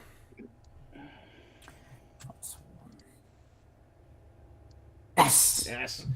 18, that's fantastic. And then Druin. Nice. Nice. All right. So, you guys, while some of them have hit, and one of them punctures Druin's armor, yeah, you are not poisoned. Druin, didn't you take damage from the last round too? Yeah, I'm trying to change my number, but it keeps showing 53 on my red bubble. It won't. Oh, okay. That's weird. It's showing 48 yet? Yeah, it's showing 48 now. Okay. Okay. It's still showing 53 on my bubble. I don't know why. Oh, it could just be that mostly we've been playing for a while, so it could just be taking its sweet time reloading. All right, then we're back into our heroes here. Calidor, you're up next. What are you doing? Well, attacking one of this army of spiders around me. Okay. That is a solid hit. Oh, morale's garbage on these things, too, so that hits. Let's see. We might need that. This might be a small... I rolled 2. It has 2 hit points. So you kill it. All right. Still dangerous, though. Still dangerous, yeah. Next is Druin Axebrother. What do you got in mind here? Swing with battle axe. There's a hit. What is your green bar supposed to indicate? I thought you had my... maybe that's my points. My... Yeah, it's your grapple. Okay, I was wondering what we had. Maybe I never adjusted it. There we go. Got you your blue bar showing as well, too. Sure, that's my Silverbeard, which actually isn't on it now. Okay, great. Then it is... Yeah, so Druin, you hit. And you hit with Skull Splitter as well, too. So this one's big. Still up, but you will kill it with the second now. You don't even need to roll damage. And take this thing down. Then it is, I believe, Max the Werebear. So I'm starting with the one directly to the west of me. Okay. So here's my first. So I'm getting the +1 also, Dave, right? From your spell, where Max is? Yeah, everyone within 60 feet, so was everybody in the group. Yeah. Great. Excellent. Oops. Okay. There we go. I figured out why. Yeah, there we go. Go ahead and roll damage. There we go. Yeah. Shit, that's one dead. Okay, then he goes to the next one, going clockwise. Yep. Another paw attack. Okay. Come on, roll hit points. That's a hit. I don't know. That is. Okay, great. Here we go. Get some damage. Holy oh shit. My God, look at that. Okay, Max is not a he tries to bite down on this one. Okay. That is literally 3 max damage rolls in a row. Yeah. Oh, that's another a hit. solid hit. Go ahead and roll damage. There we go. Let's do it again. Almost. Nice. Oh, almost. It's enough. Wow. So he just goes completely feral against these things, smashing them. Toss it to the side. His roar fills the hallway. I do need to make a morale check for them, and their morale is quite bad. Yeah, 16. That is definitely going to mean they are going to run next round. Okay. So then, let's see here. Brent, I think you lost, so we're back to George. We're on round 4, guys. Bergour, you get your second attack, though. Sorry, before I rob you of that. What are you doing? So I'll step up and try to attack this one. Please do. Nice. Yep, hit. Go ahead and roll damage. I'll check the hit points. Yeah, I don't need to roll hit points. Oh, Jesus. You guys got your momentum now. All right. So then it is George. George, would you kindly, and I'm so sorry to do this to you, No, come on. beat my 10. Oh. I barely. All right. So I am acting on a 10, which means Bergour and I are acting simultaneously. I turfed my thing, so Bergour, you'll act simultaneous. What are you thinking of doing here? I was gonna run up and smack one, but that probably takes more time to run up and smack than to just run for them. So Calidor and Druin, you can both make attacks of opportunity as these things go skittering away. And they're going to be moving up the walls to the ceiling and then moving deeper into the cave. Yeah, which we should, because it's only one kind of good spider. Is that a trained? Dead. Trained pet spider? No? Yes. Okay, let's see here. Yep, that takes it down. Sweet. And then Druin, your attack of opportunity. Let's see here. Come on, big money. Yep, that hits. Go ahead and roll damage. Let me roll hit points for this thing. Okay, it's got a fair bit of hit points, but that is more than enough to take it down. Awesome. So only 2 of them. Oops, did I grab you guys by accident? I think I did. Go skittering off deeper and then get lost in the darkness. Now we get to find out what kind of horrible, permanent, disfiguring stuff happened to Eric and Knox. Yeah. Oh my goodness. That's like my favorite part of the game. Yeah, chat's probably loving it. They're always crying for blood in chat. Well, also, it's like this is one of the kind of key features of an old school game, where it's a save or die. So if we weren't for an astonishing fortune, we would literally be dead at this point. Yeah.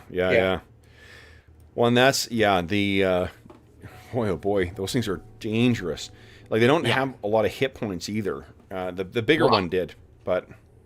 Well, and I thought perhaps the big one might come out of that spider nest earlier, which is why I was like fireball. Like, yeah. Absolutely. Well, I thought you had I don't know if you have a second fireball yet, but I was assuming I you guys. I could, but I had already used it in the last session. Oh shoot! Okay. Oh, I could have given you that route, my friend. You just say the word. You know what? Actually. Right. Okay. Now, no one here is trained in healing, right?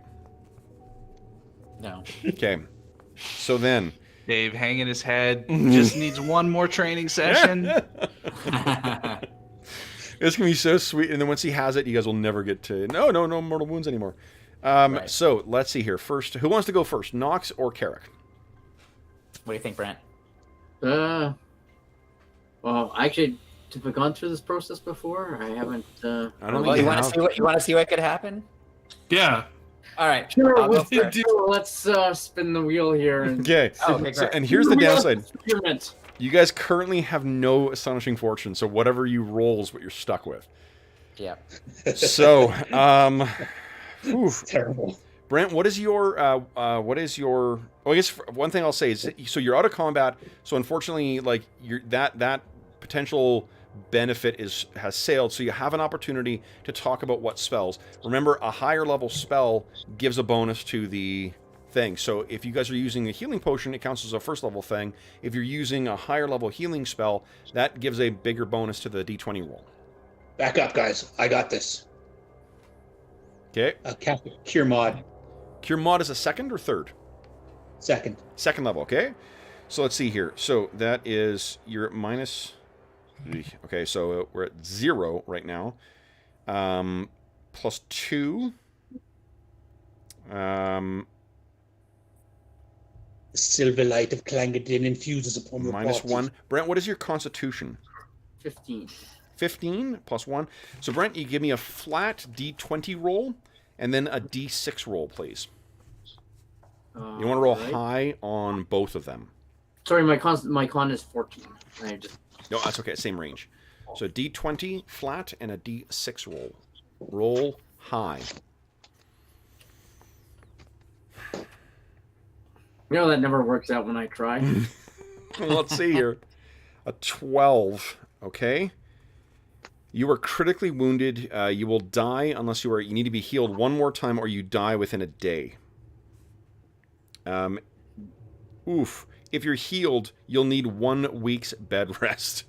Whoa. Okay. And... Okay, well, here's a cure light. There you go. Okay, and then Brent, one of your legs, I think you've suffered neurological damage. One of your legs is lamed. Your movement speed is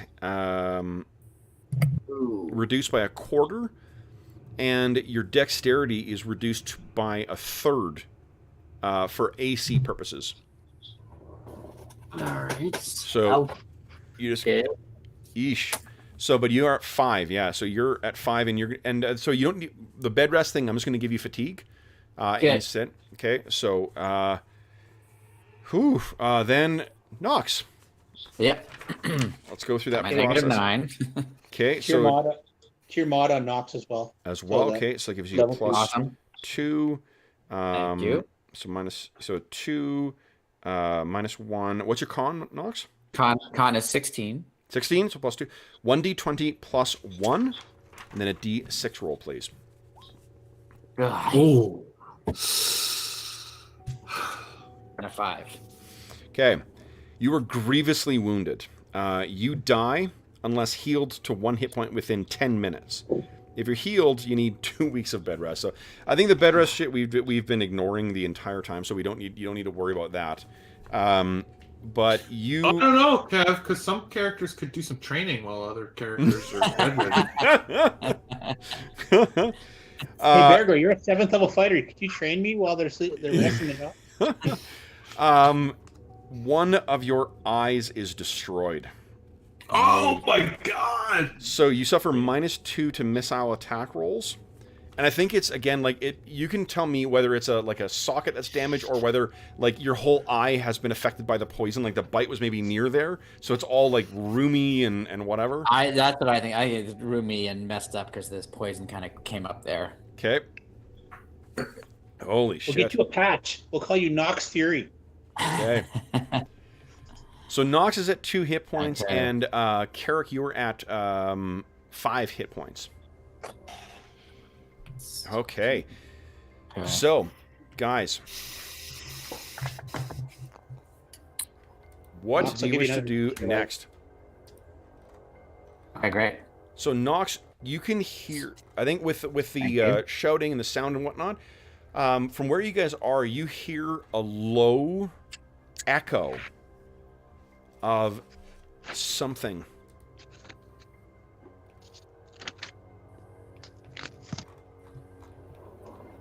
Give me 1 moment, guys.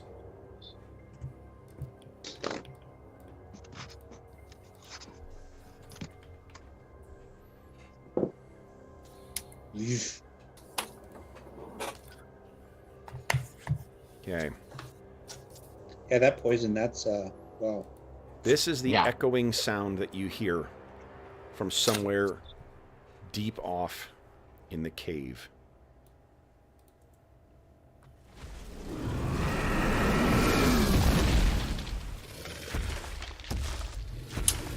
I think I might be...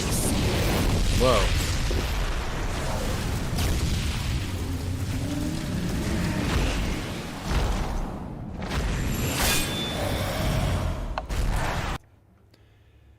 So that is not as near as what the sound clip sounds, but it is somewhere deep off further in this cave complex. That sound has come to you. It sounds like it's probably miles off, but sound carries so far in the darker, that lightless regions of the world.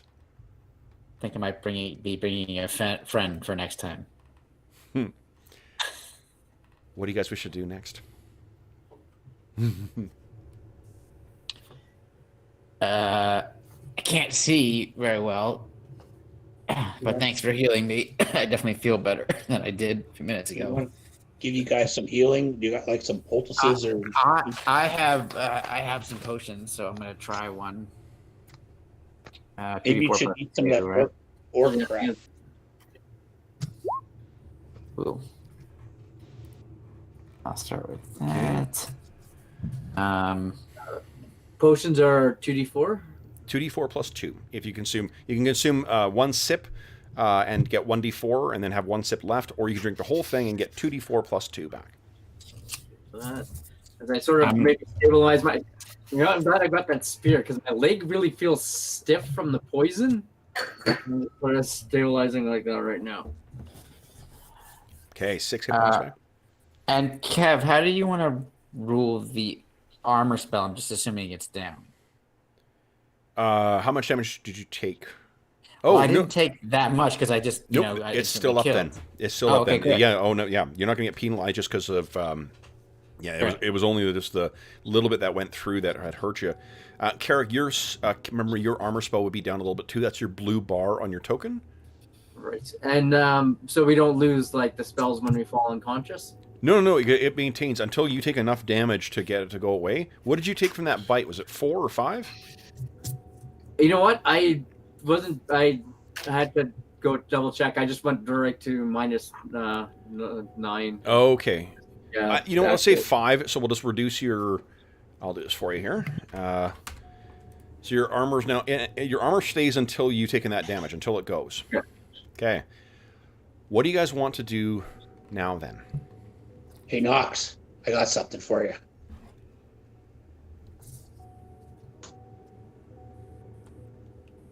I'm going to use that immediately and bring back my fireball spell. Okay. Awesome. Thank you. Okay. I chew on the You root. guys want to check out down here? See what's going on in the spider den? Yeah, might as well. Sure. I won't go first. So that is also filled with spider webs as well.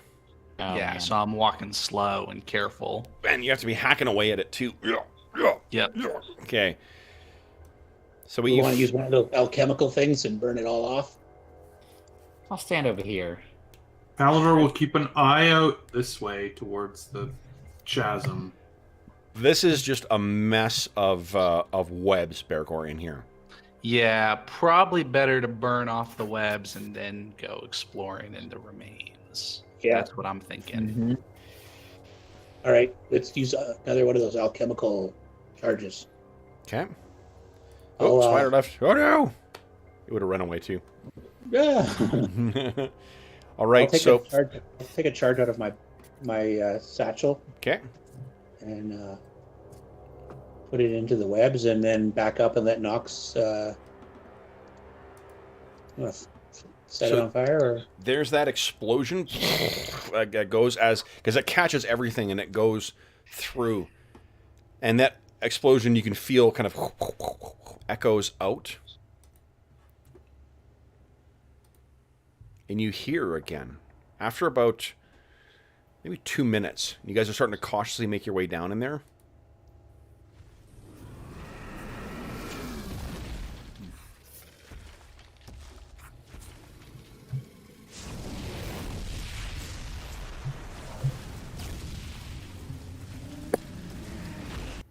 So something deeper in this structure. Well, I mean, like way, way deeper. Clearly heard you. And as you guys move in there, you can see there you've revealed something. Mm-hmm. The spiders have scrawled out a message. The message is, we'll see you on Wednesday. Nice. So, guys, let's award some XP here. Ooh, I got lots of spiders. Oh, left another today. spider. Yeah. Okay. My leg hurts. All right, so here we go. Let's figure it out. So you have identified a couple of things here, which is pretty good. So that is pretty good XP for that. That big spider was worth a decent amount. Those were worth that much. You haven't identified anything else yet. You got the Book of Doom. And I mean the book that surely won't be your doom. And let's see here. Okay.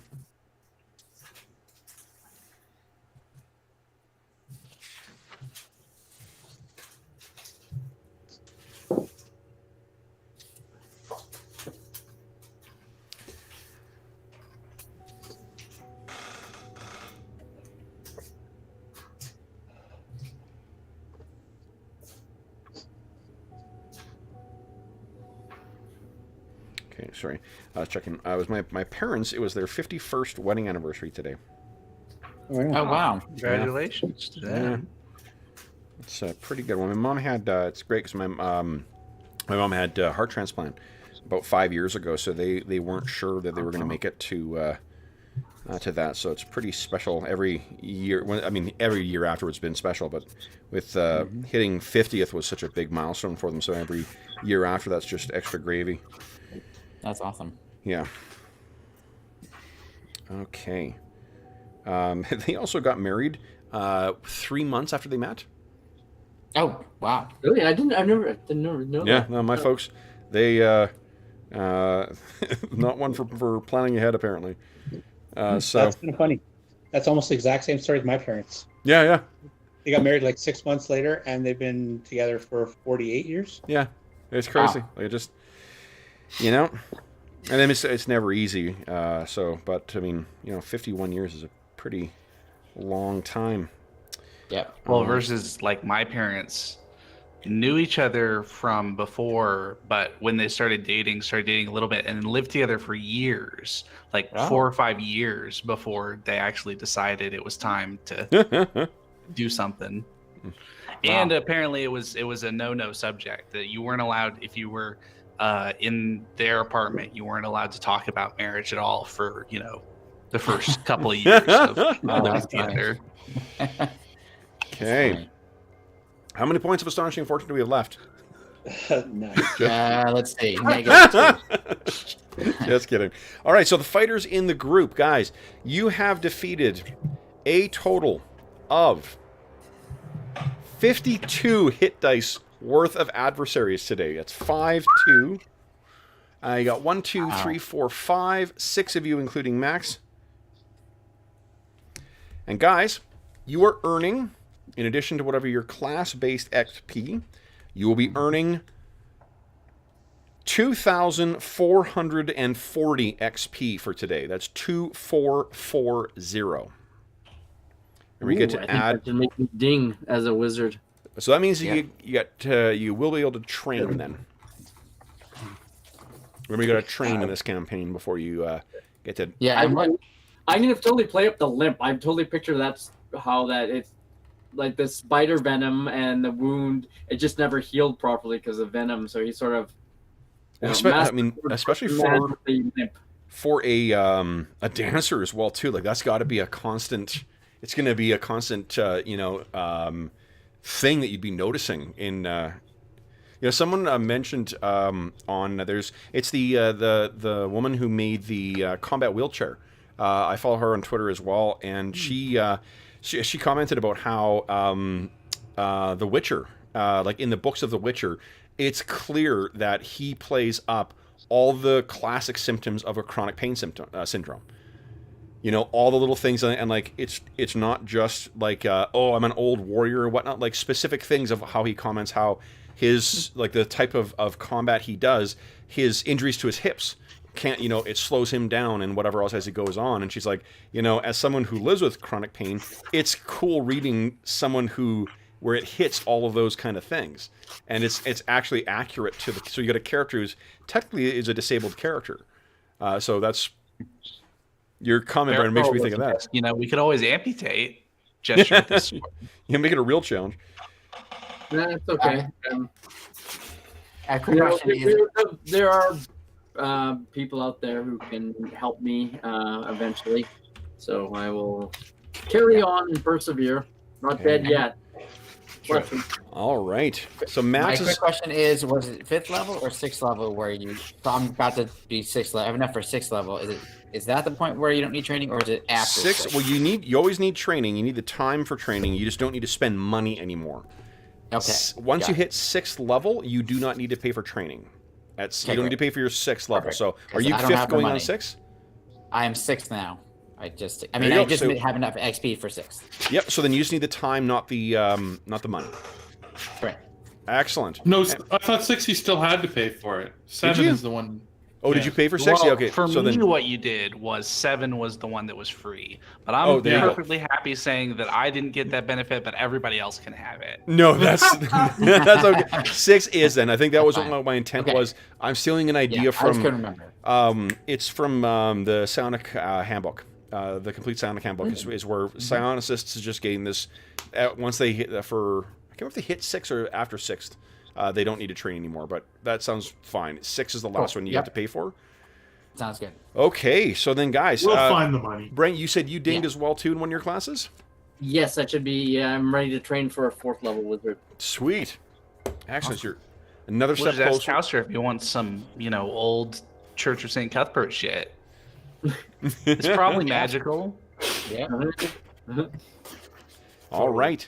Great. Okay, so then, guys, so for those listening at home, thank you so much for joining us for session 82 of our ongoing Night Below campaign. As is always the case, if you have any comments, questions, or concerns regarding the campaign, the session, or the game we're playing, please do not hesitate to leave a comment in the comment section of the video, and I will endeavor to reply in a timely fashion. I'm going to get caught up in all the comments that were made over the last week tomorrow.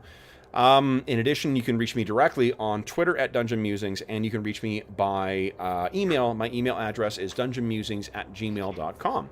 In addition, there's a link in the description of this video to the Dungeon Musings Discord server, and you are welcome to join us there. We have channels dedicated to this campaign, this game, and a ton of other great topics, including a Find a Group channel that seems to always have opportunities to go and play different games, either one-shots or ongoing things. There's a convention channel if you want to find ways to play in some of the online cons that are being offered in the current pandemic environment. In addition, there's some other great channels like advice on selecting between virtual tabletops, and just in general, a bunch of great people having great conversations. So you are more than welcome to join us there. Last thing, and while you are down there, if you have not subscribed to the channel, if you haven't hit on the bell icon, you're welcome to do that as well. If you don't want to miss any future sessions, you can also find the schedule for the coming week on the community tab of the Dungeon Musings YouTube channel. I also post it on Twitter and on the Dungeon Musings Discord. Last thing I will say is a very, very big thank you to the players. So, George, Arlen, Dave, Jeffrey, and Brent, thank you so much for joining me tonight, guys. What a great way to spend a Friday night. Congratulations on having your first combat encounters in the fledgling Underdark. So, congratulations, guys. And surviving your first save or die poison. I think that's one of the first times you guys have encountered that. No, 2 sessions ago with the Ettercap. Because those things are nasty as well. Anyway, we're truly in the night below. Yeah, at this point. Really? Jeez. Okay, then for those listening at home, once again, thank you so much for joining us. If you are joining us during the current pandemic, live or otherwise, we do hope that this finds you healthy, safe, and weathering the current crisis as well as can be expected. We do hope that we've given you a couple of hours to turn your mind off of the troubles of our world and think about the troubles that our heroes continue to get themselves into. And until we see you again, happy gaming.